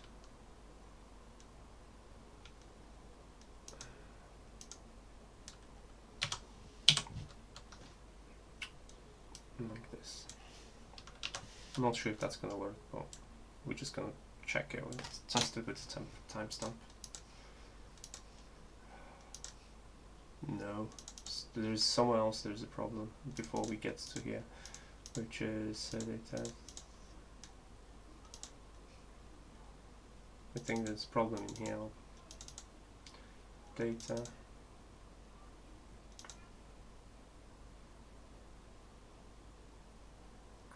Oh, hello. This is 0 here, I guess. Yeah, that's the one. 0, no, okay. We have a different cannot read of no, okay. So can we just have it like this?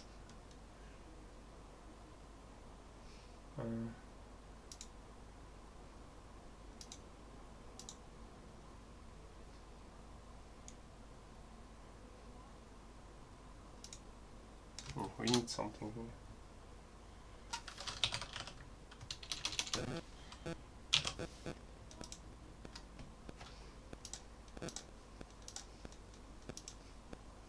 Still X. Okay, so we are now we are having a problem here. So what was our last?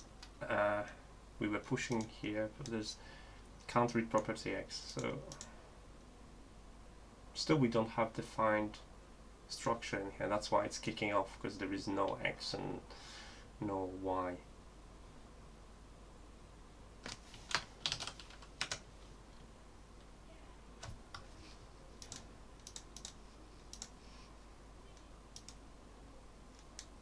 Can't read properly, push off undefined, okay?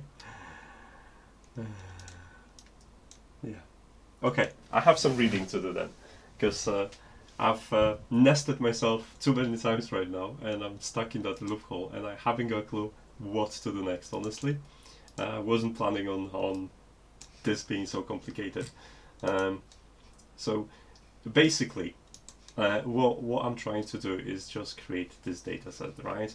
And for some reason, because the way it's constructed, I need to be pushing values as an array for each data set. So each time I'm gonna go through loop, I need to submit those two values, iterate, and add it more. But because this is already in one array, in an object, in an array, then I get confused. And can't seem to come across the answer that would lead me back. Okay, let's see. This is just a push, okay? So this is just gonna add elements to the array, right? And these elements in here are strings, but I can do all the elements, which would be like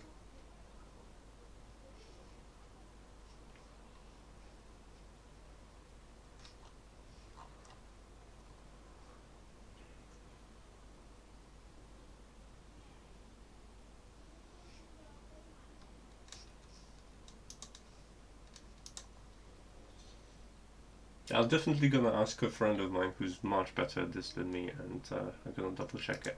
Because the problem is just the nesting of it, and I've nested way too many times, and I got stuck into a corner right now, and I haven't got a clue how to do this. But once I figure out the proper line, which is in here right now, the problem, and maybe I should be able to use a single action to push those two. Maybe 2 lines of codes, that's it. And then once I get that, it's basically submit entire this data set to a chart node, and we have a nice graph. But I'm gonna need to read up on it and figure out what's going on. And I'm stuck. I'm stuck. And it was going so well up until now, so still gonna double check on some of the resources I can. Someone that explains that in an easy way. This is the problem with reading, learning stuff. So array push elements, yeah. Array push item 1, 2, 3. So this is you pushing essentially a couple of elements.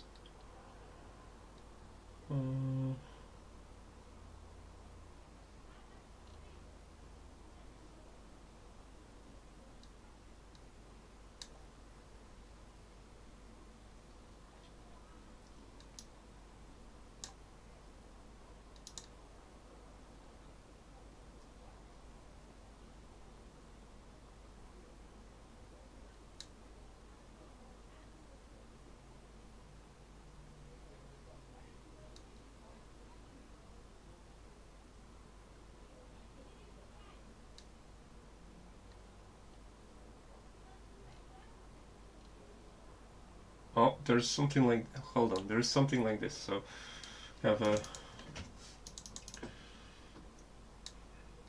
well, there's this array of strings, and we have push to artists, yeah, and we pushing two additional strings. So this is, and artist, new artists, that's gonna replace this, isn't it? No.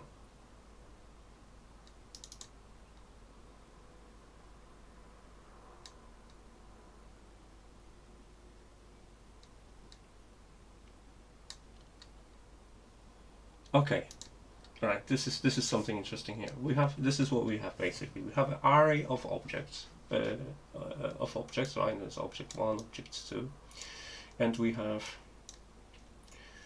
array push. Then in there we have an object.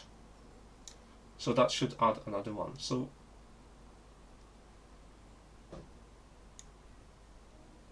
is that what I was doing?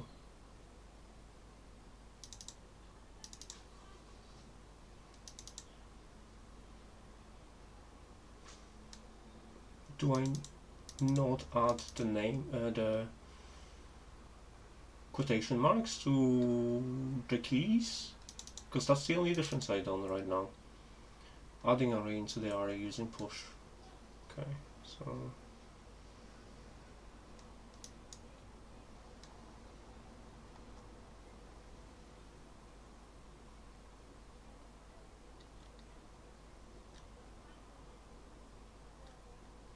adding JavaScript using our JS function. So push and data, and okay, so this is with we have a date. It's no one's still helping on the chat. Adding element to a specific position in array. Okay, so let's have a look. We have a JS, so we have a list. Oh, it's 2 elements, and we have a list 3 and 2 and 3. So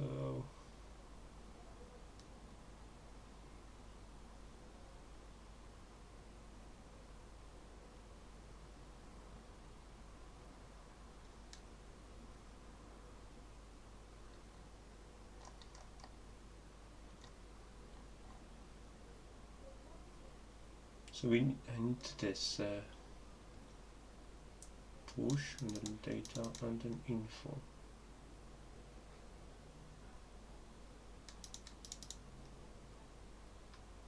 That could help. Hold on a second, because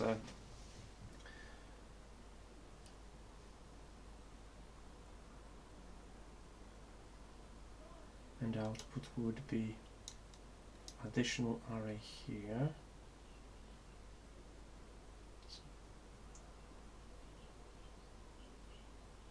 So that's just nesting the arrays right now. But also I needed this, which was JavaScript push. So I push apply array. JavaScript push apply function is JavaScript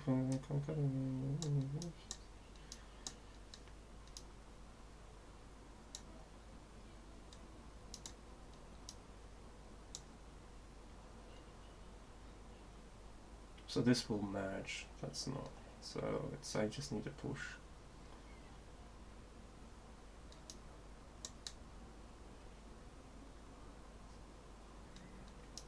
Yeah, so I was adding entire array in here, right?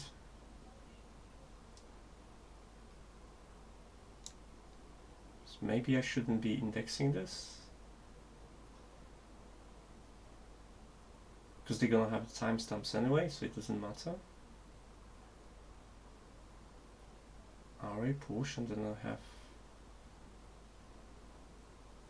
oh.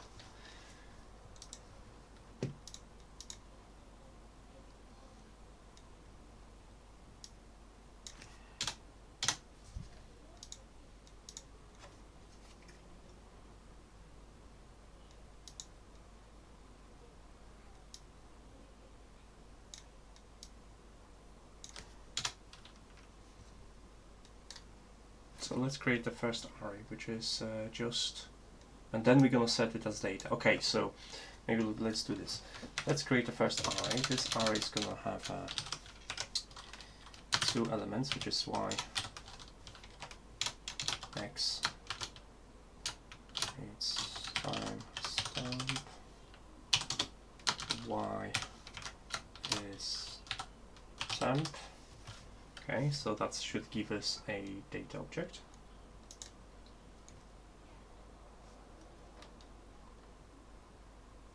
And we need to get correct information here, sorry. So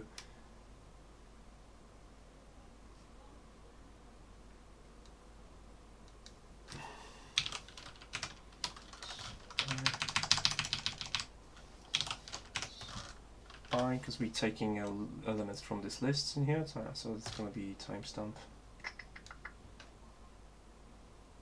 Yeah, it's I. Okay, and that will give us an array of correct values. Now these values have to be, after the loop, need to be added into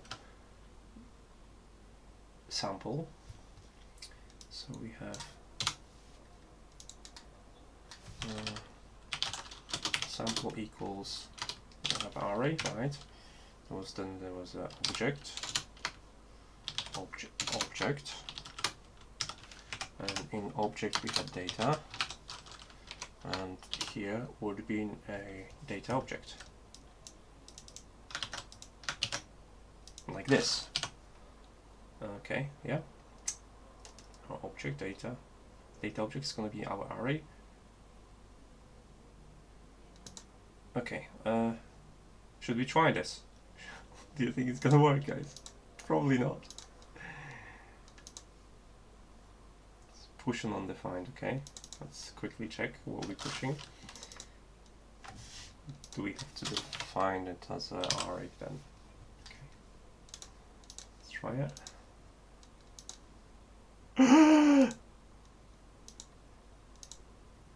Ah! Okay, we've got this. We've got this. Oh god. Okay. So now I just need to make sure that the values are being added. Okay, so we are creating a correct object. There's a correct structure, and we have a problem in here. So that object push for this one, we're gonna create a timestamp. So timestamp is our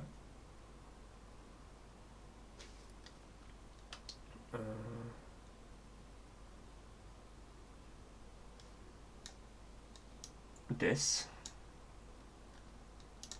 right? Could get that from data, but basically this is it. So this is our message payload, right? I'm just going to test it if that works. So this is our timestamp, and this is our I, and in here this is our temperature, and this is our temperature I. Okay, right, and deploy.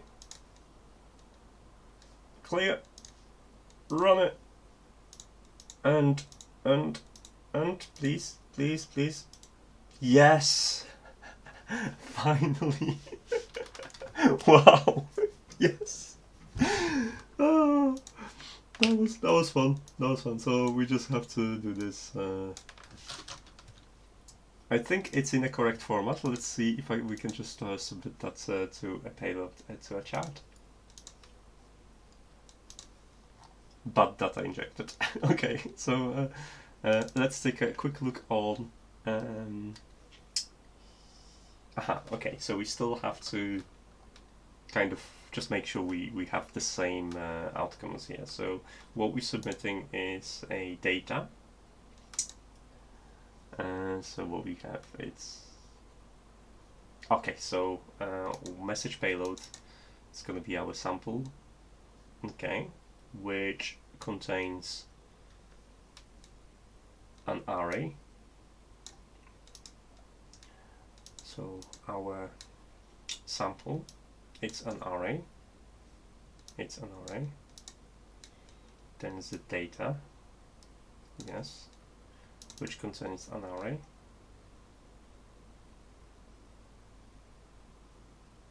Do I have to submit everything, like labels and everything? Let's go back to that's help. Where was it? It was somewhere in.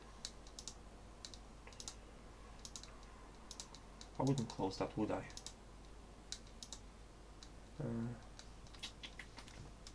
Yeah. Okay, so that's how it has to look like. So let's make sure we have all the series data. So line charts and given. So we have a line. That's fine. So I'm just gonna make sure I have exactly the same data structure. So let me just paste myself a copy of fresh copy. Okay, and now we're gonna be our sample equals like this. So we need a series. So sample is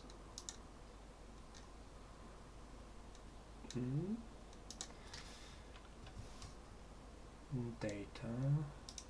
So that's the first object. So series. It's gonna be like this.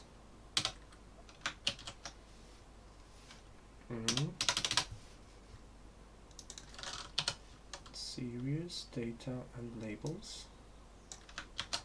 And those are going to be empty. So I'm just going to wipe them, okay? And this is all in our... so let's complete my object. Now I'm just going to set them as empty. And well, I'm still missing something. But we're almost there, guys. This is it. This is it. We're doing it well. So sample equals, there's an array which is closed. There is an object.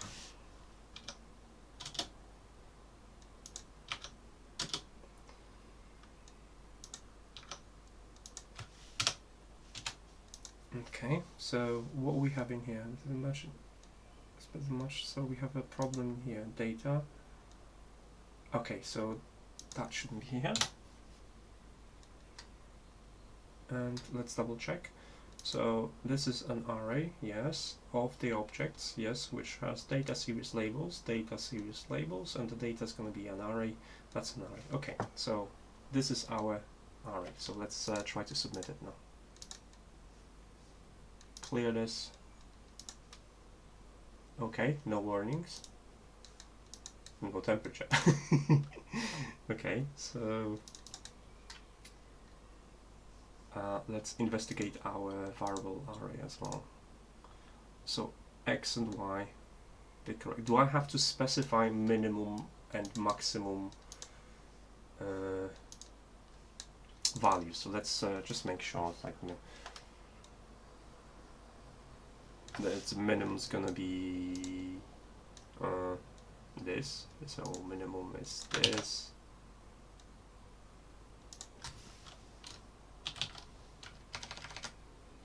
Can I do it like no?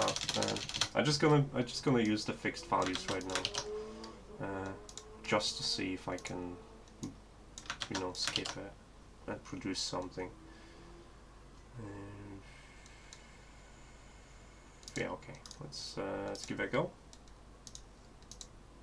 No changes. Okay, but we are almost close. We have the payload in the way we want it, so.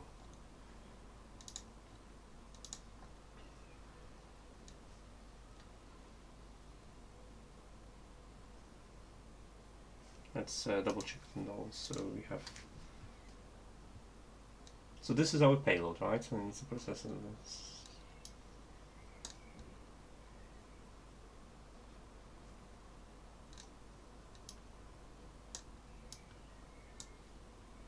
Oh. No, it's not on the Twitch. It's only on the YouTube. Okay, probably should have used that. Okay, let's check the example file. I should have used that example file straight away.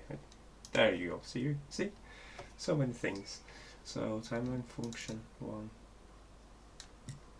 Okay, so this is Yeah, that's exactly how I have it right now. Message payload equals chart, yes. So that's exactly how I have it. And that goes here, so line chart. Automatic, no values, no data. Yeah, that's how I have it. What's the difference? Let's see what is the output, how the output looks like in here, right? So we're just going to get this one function, link it to output deploy, and let's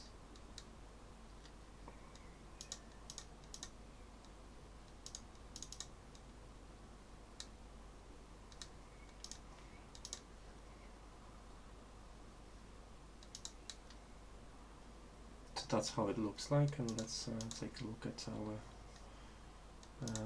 from current role.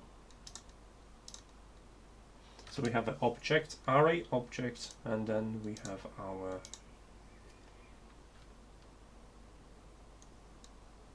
series. A series has to be populated. Let's have a look if series have to be populated. So let's go back. Let's go back to function, and we quickly is gonna create something for series, right? So just series gonna be just exactly the same as here, but we're gonna be pushing series is Control Z, data object, and then series object.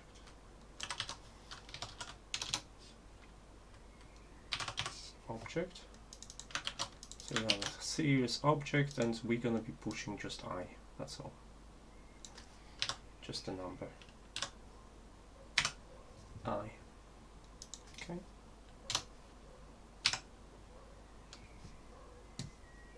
And then we can take this and paste it here. Done, and let's see if that's gonna help. Because we don't have any mistakes, so right now it's just a problem with displaying the information. Charts, home. Oh, come on! So close and yet so far away. Object. So series has just numbers. Yeah, that should be okay. Data. Do I have to do the labels? Okay, let's do the labels as well, just to make sure that's they are generated. Okay, label series data sample done. We payload equals sample. We submit payload. There's no reason for this not to be populated right now. Oh, come on!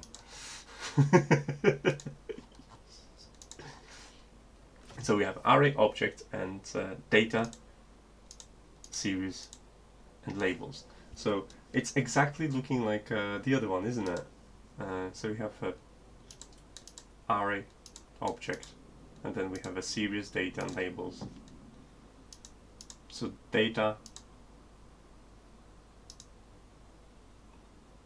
Okay, in here there might be a difference in here. Array object, and then like this. So let's take a look at the other one. Aha. So I think we have a mistake in here. So we have like let's clear this again. Run the clean run. And this is what we are passing. So data object. Is that even similar now? Let's oh, I've lost my debug.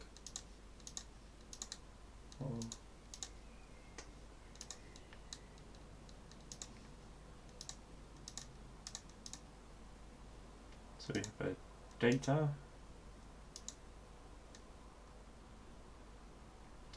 So in data, array data, we have an empty array, and then we have an object. And in here, we have a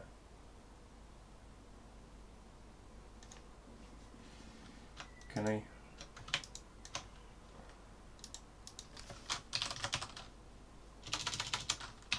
test records?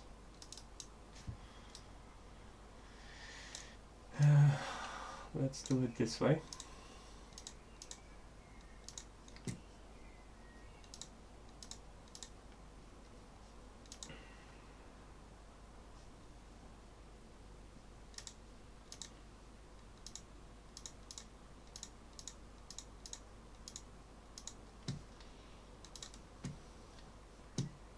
you can see what I'm trying to do right now. So you have a array. In array we have an object, yes. In the object we have a data, yes. In the data which is an array, data is an array. Then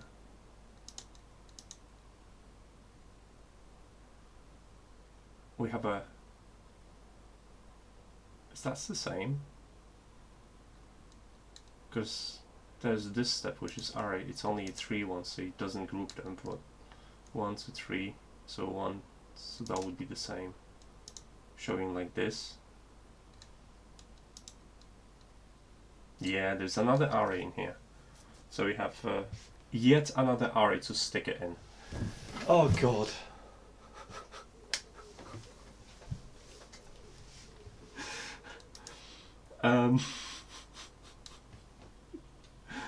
Oh, you can see my frustration right now.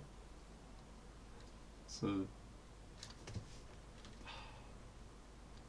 okay, the easiest way to compare is this. We're gonna open a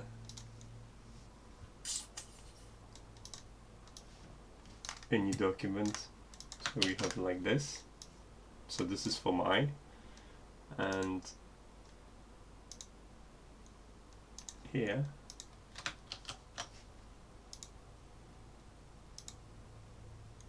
this is for maybe. So this is the difference. So let's fix this.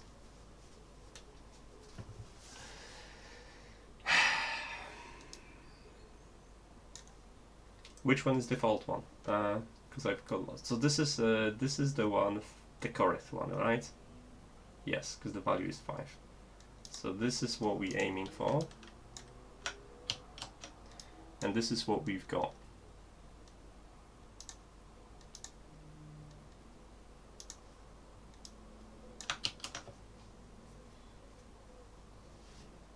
So we're missing one array in here, so there should be another array here.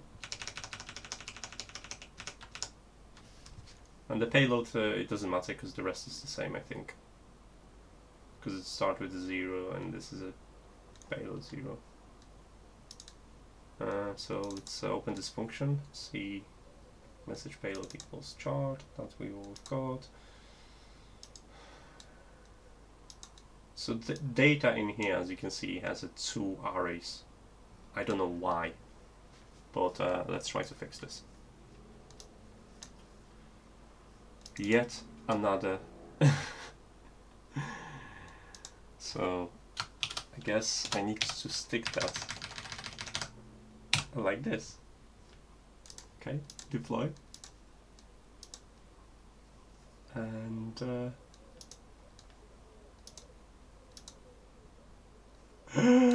okay, the things are working, guys. We have values. Okay, the incorrect values because of the we might need to play around. I thought there was all the way around, so I wasn't sure why the X and Z, so we just need to find this one, and this one's Y, and that should be done. Okay, so let's try this again.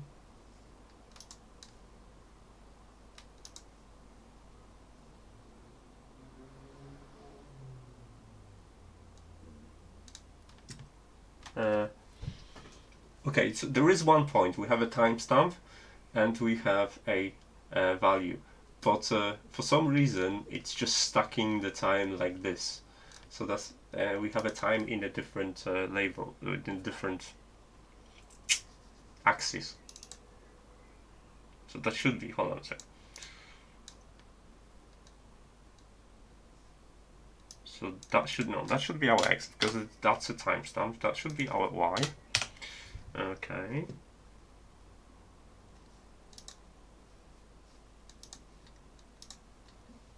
Let's try this again. Yeah, so we have here a time. Now why the values are so big in here, I don't understand this part. They shouldn't be. They should be just value for temperature, isn't it? Do we have anything? Ah, because we have a maximum value silences. Come on. Silly me. Silly me. Okay, so right now we have some values and we have a line, and that's a success. God, that was painful. Now there's only one. There is enough values, so the values are not don't change, which means I forgot to put somewhere I, like here.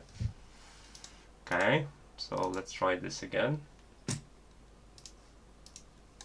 And yay, here's the temperature for the next 5 days. God. Oh. There you go. Now we need to fix the timestamp. So for some reason I have incorrect timestamp in here. But we have a plot. We've plotted the temperature. As you can see, that the temperature timestamp is not changing. So we need to figure out. But everything else, it's okay. We're just missing the labels right now, and that's all it is right now. And I think it's because we don't have these ones filled in properly. But now I can at least move ahead, because it will produce a list. What we have to do is just to find correct what is it called, order for these ones, for the labels in series, and that's all it is. And I probably should have worked with this example straight away, because I'll give you more information how this should be handled. So timestamp's okay. So let's quickly have a look at what else is different in the example chart. So in the example chart we have a timeline number 1, which is this, and there's a time in here which is correct. Our labels aren't displayed, so that's something that we have to remember.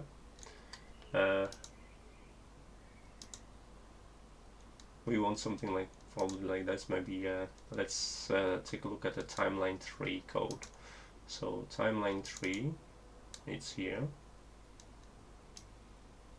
So 1, 2, 3, ABC.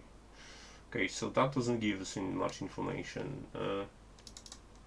Just random values, but I don't have any information about time in here. So where's the information about time?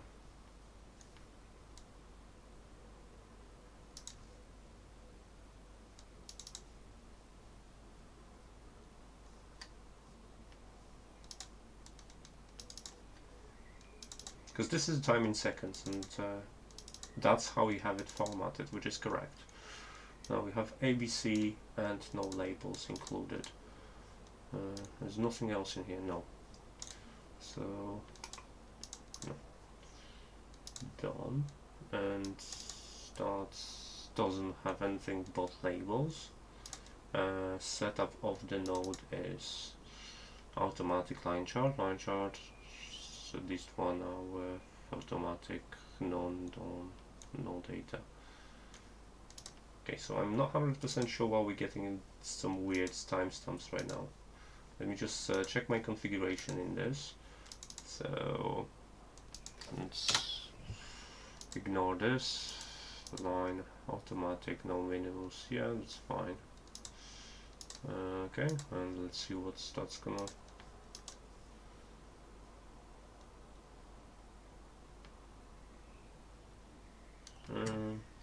Do we get incorrect information from these objects? Let's double check this. So in my original array we have objects stored, so there is a time, it's here, right? This is not a time of the request, right? This is a time of when the information, yeah, that's correct. So this is our Unix time. And let's make sure that we are operating correct information.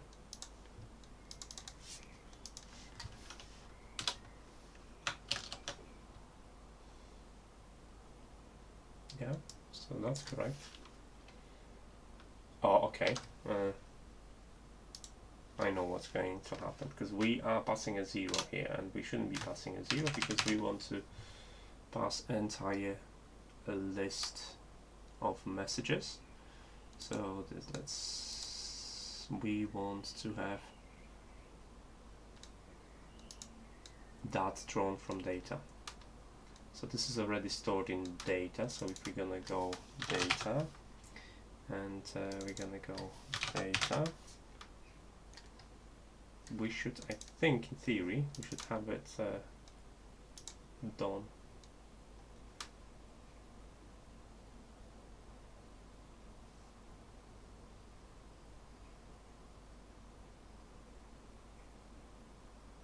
It's either it's going to be without payload or with payload. So yeah.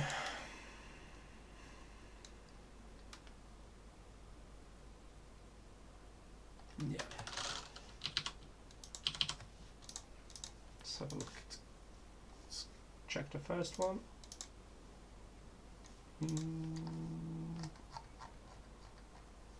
Okay, so let's get rid of the payload. And let's try this again.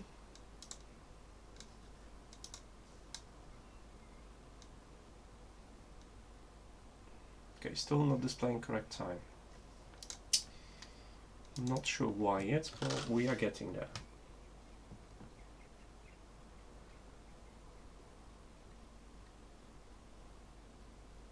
Our object has correct information.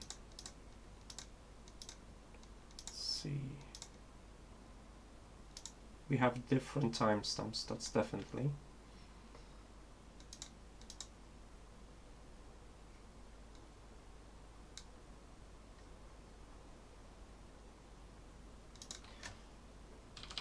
And let me just not submit any of these details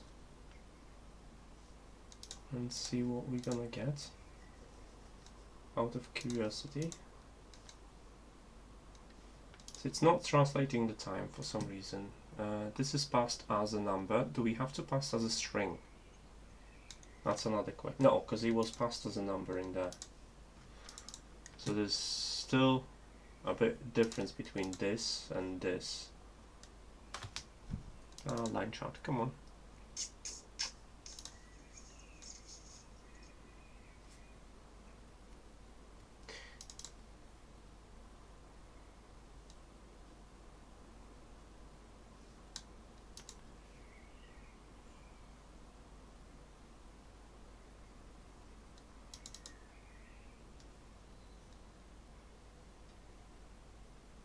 I'm not 100% sure why this is not changing right now.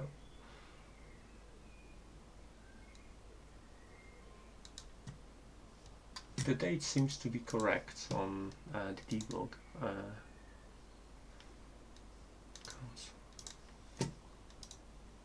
Right, 2000, yes, that's today's date. Not 100% sure why this is changing.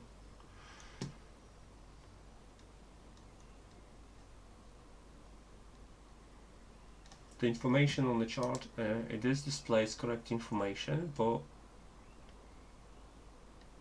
okay, let's make an experiment, and I'm going to submit proper information to series and label. But series and labels, that in here, right? If we're gonna go again down, if we're gonna go here, take a look at this. It doesn't matter. There's a series ABC because there are three different graphs. Are they split in any way? Okay, because there are three different arrays in here. There's a one array here for each series. But that doesn't matter for us because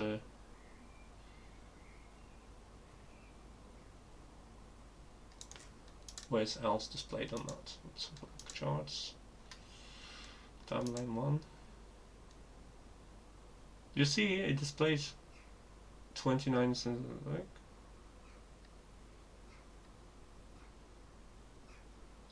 Okay, so the label in here is just a label. That's fine. It's not a big deal because the label isn't set. But A5, A4, A2. So those are the values. and they spaced because there is according to time, so hour are spaced, so it's the label that isn't displayed.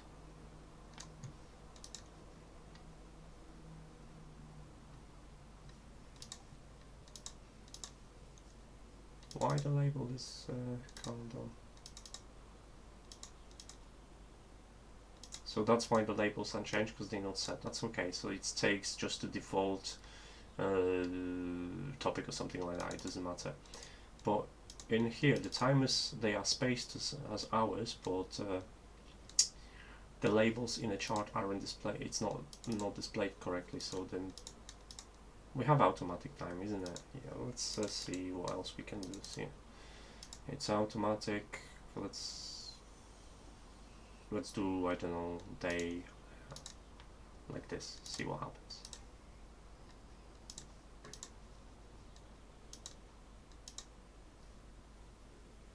Oh, okay. So there is a differences in here, but the differences, instead of being, it's still all one day. Can you see this? It should be showing following days every 3 hours, but it doesn't. So you still have a bit of a problem. But so it's the way as a custom.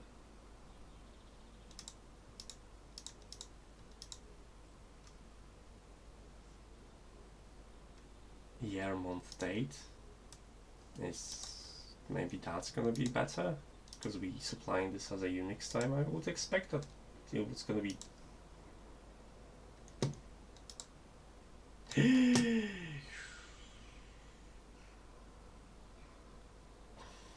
I'm gonna take a wild guess and multiply that by 1000. Do you know why? So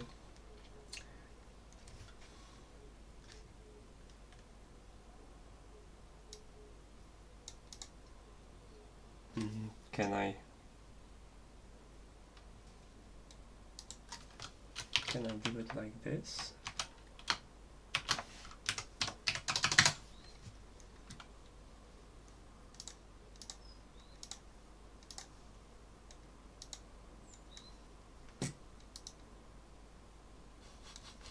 There you have it. Victory. Okay, so I forgot Unix times is in milliseconds. We have a API time in seconds. That was the missing key element. Okay, I've planned that to be. Oh. Yay! So that's how you basically know to do things. That's how long usually you spend troubleshooting stuff and trying to figure out stuff. And sometimes you dig yourself into a rabbit hole. But yeah, that's what was the missing bit. That was time in a millisecond. So I've in seconds I've multiplied it by 1000 to bring it to milliseconds, and that would give me a correct timestamp that would be required for chart node to work. Oh, okay, cool. And if you wanted to put labels in here, labels are already done for you. There is no values though. So if you want the values, you would have to write the labels with the values and add that. And that's pretty much all you have to do to get the temperature of the next 5 days. Oh god, I really hope that would take so less time than this, but at least I managed to figure out. And yeah, that inserting something into something that's gonna be a topic I'm gonna dream tonight about. Well, I'm not going to dream about because I'm going to work in 1 hour. But yeah, at least I managed to get that completed. So what I'm going to do, I'm just going to export this and give you some access so you could have the information over. So you don't need that. Don't deploy. Export. There you go. Compact current flow. Copy to clipboard. Let's go to GitHub.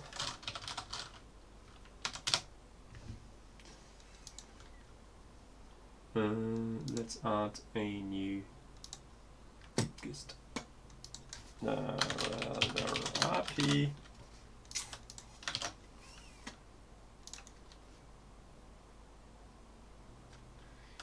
Okay, and if you want to use it, this is the one. Hello Dale, you okay? Okay, right. Yeah, I thought it's gonna be slightly easier than that, to be honest, and I got awfully confused by nesting arrays into objects into arrays. It's not something I dealt with it before, but I managed to figure out how to do it, and it might not be the most elegant solution. Trust me, you can actually have it done all inside a loop. I know it can be done, but I just couldn't figure out how to do it, and I'll still probably ask someone more capable to do it, and that's how you would submit that for a chart. So you can have a chart with a temperature. If you want to have another value like a pressure, you just add another parameter to here. You create another data set and another topic, and you can submit those into a single chart. So your chart is going to contain all the information.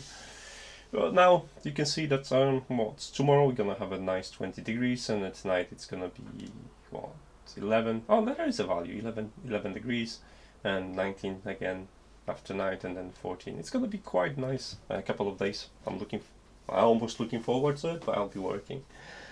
Okay, I hope you enjoyed that messed up live session.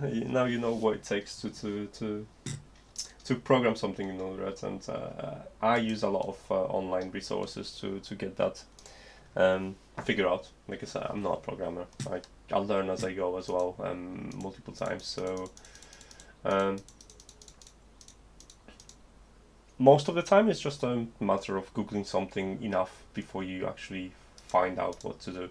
So one of the things I'm definitely going to find out what the setup and close does in here. So when you have that in a function node, I'm gonna try it out, see what I can do it with it, and that looks interesting because it should limit when you're creating a flow for someone else, and you can have some variables and setup.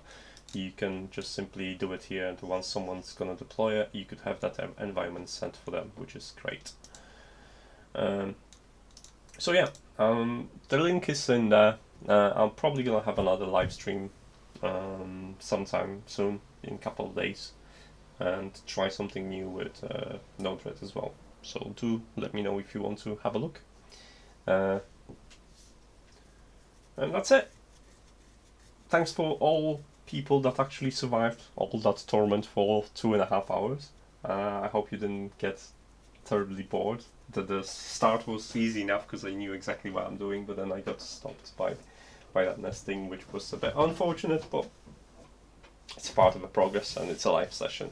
That's why I like submitting projects for tutorials, because I do the all embarrassing stuff that takes me 3 times more than it would take anyone else, and then you get a final effect in terms of a short article and something to download and set up yourself. Right, I hope you've learned one or two things, and I'm just gonna have a new coffee and get ready for my work. I'll see you in a couple of days, Dave. Enjoy your NodeRED creations and let me know how you get on. I'll say bye bye.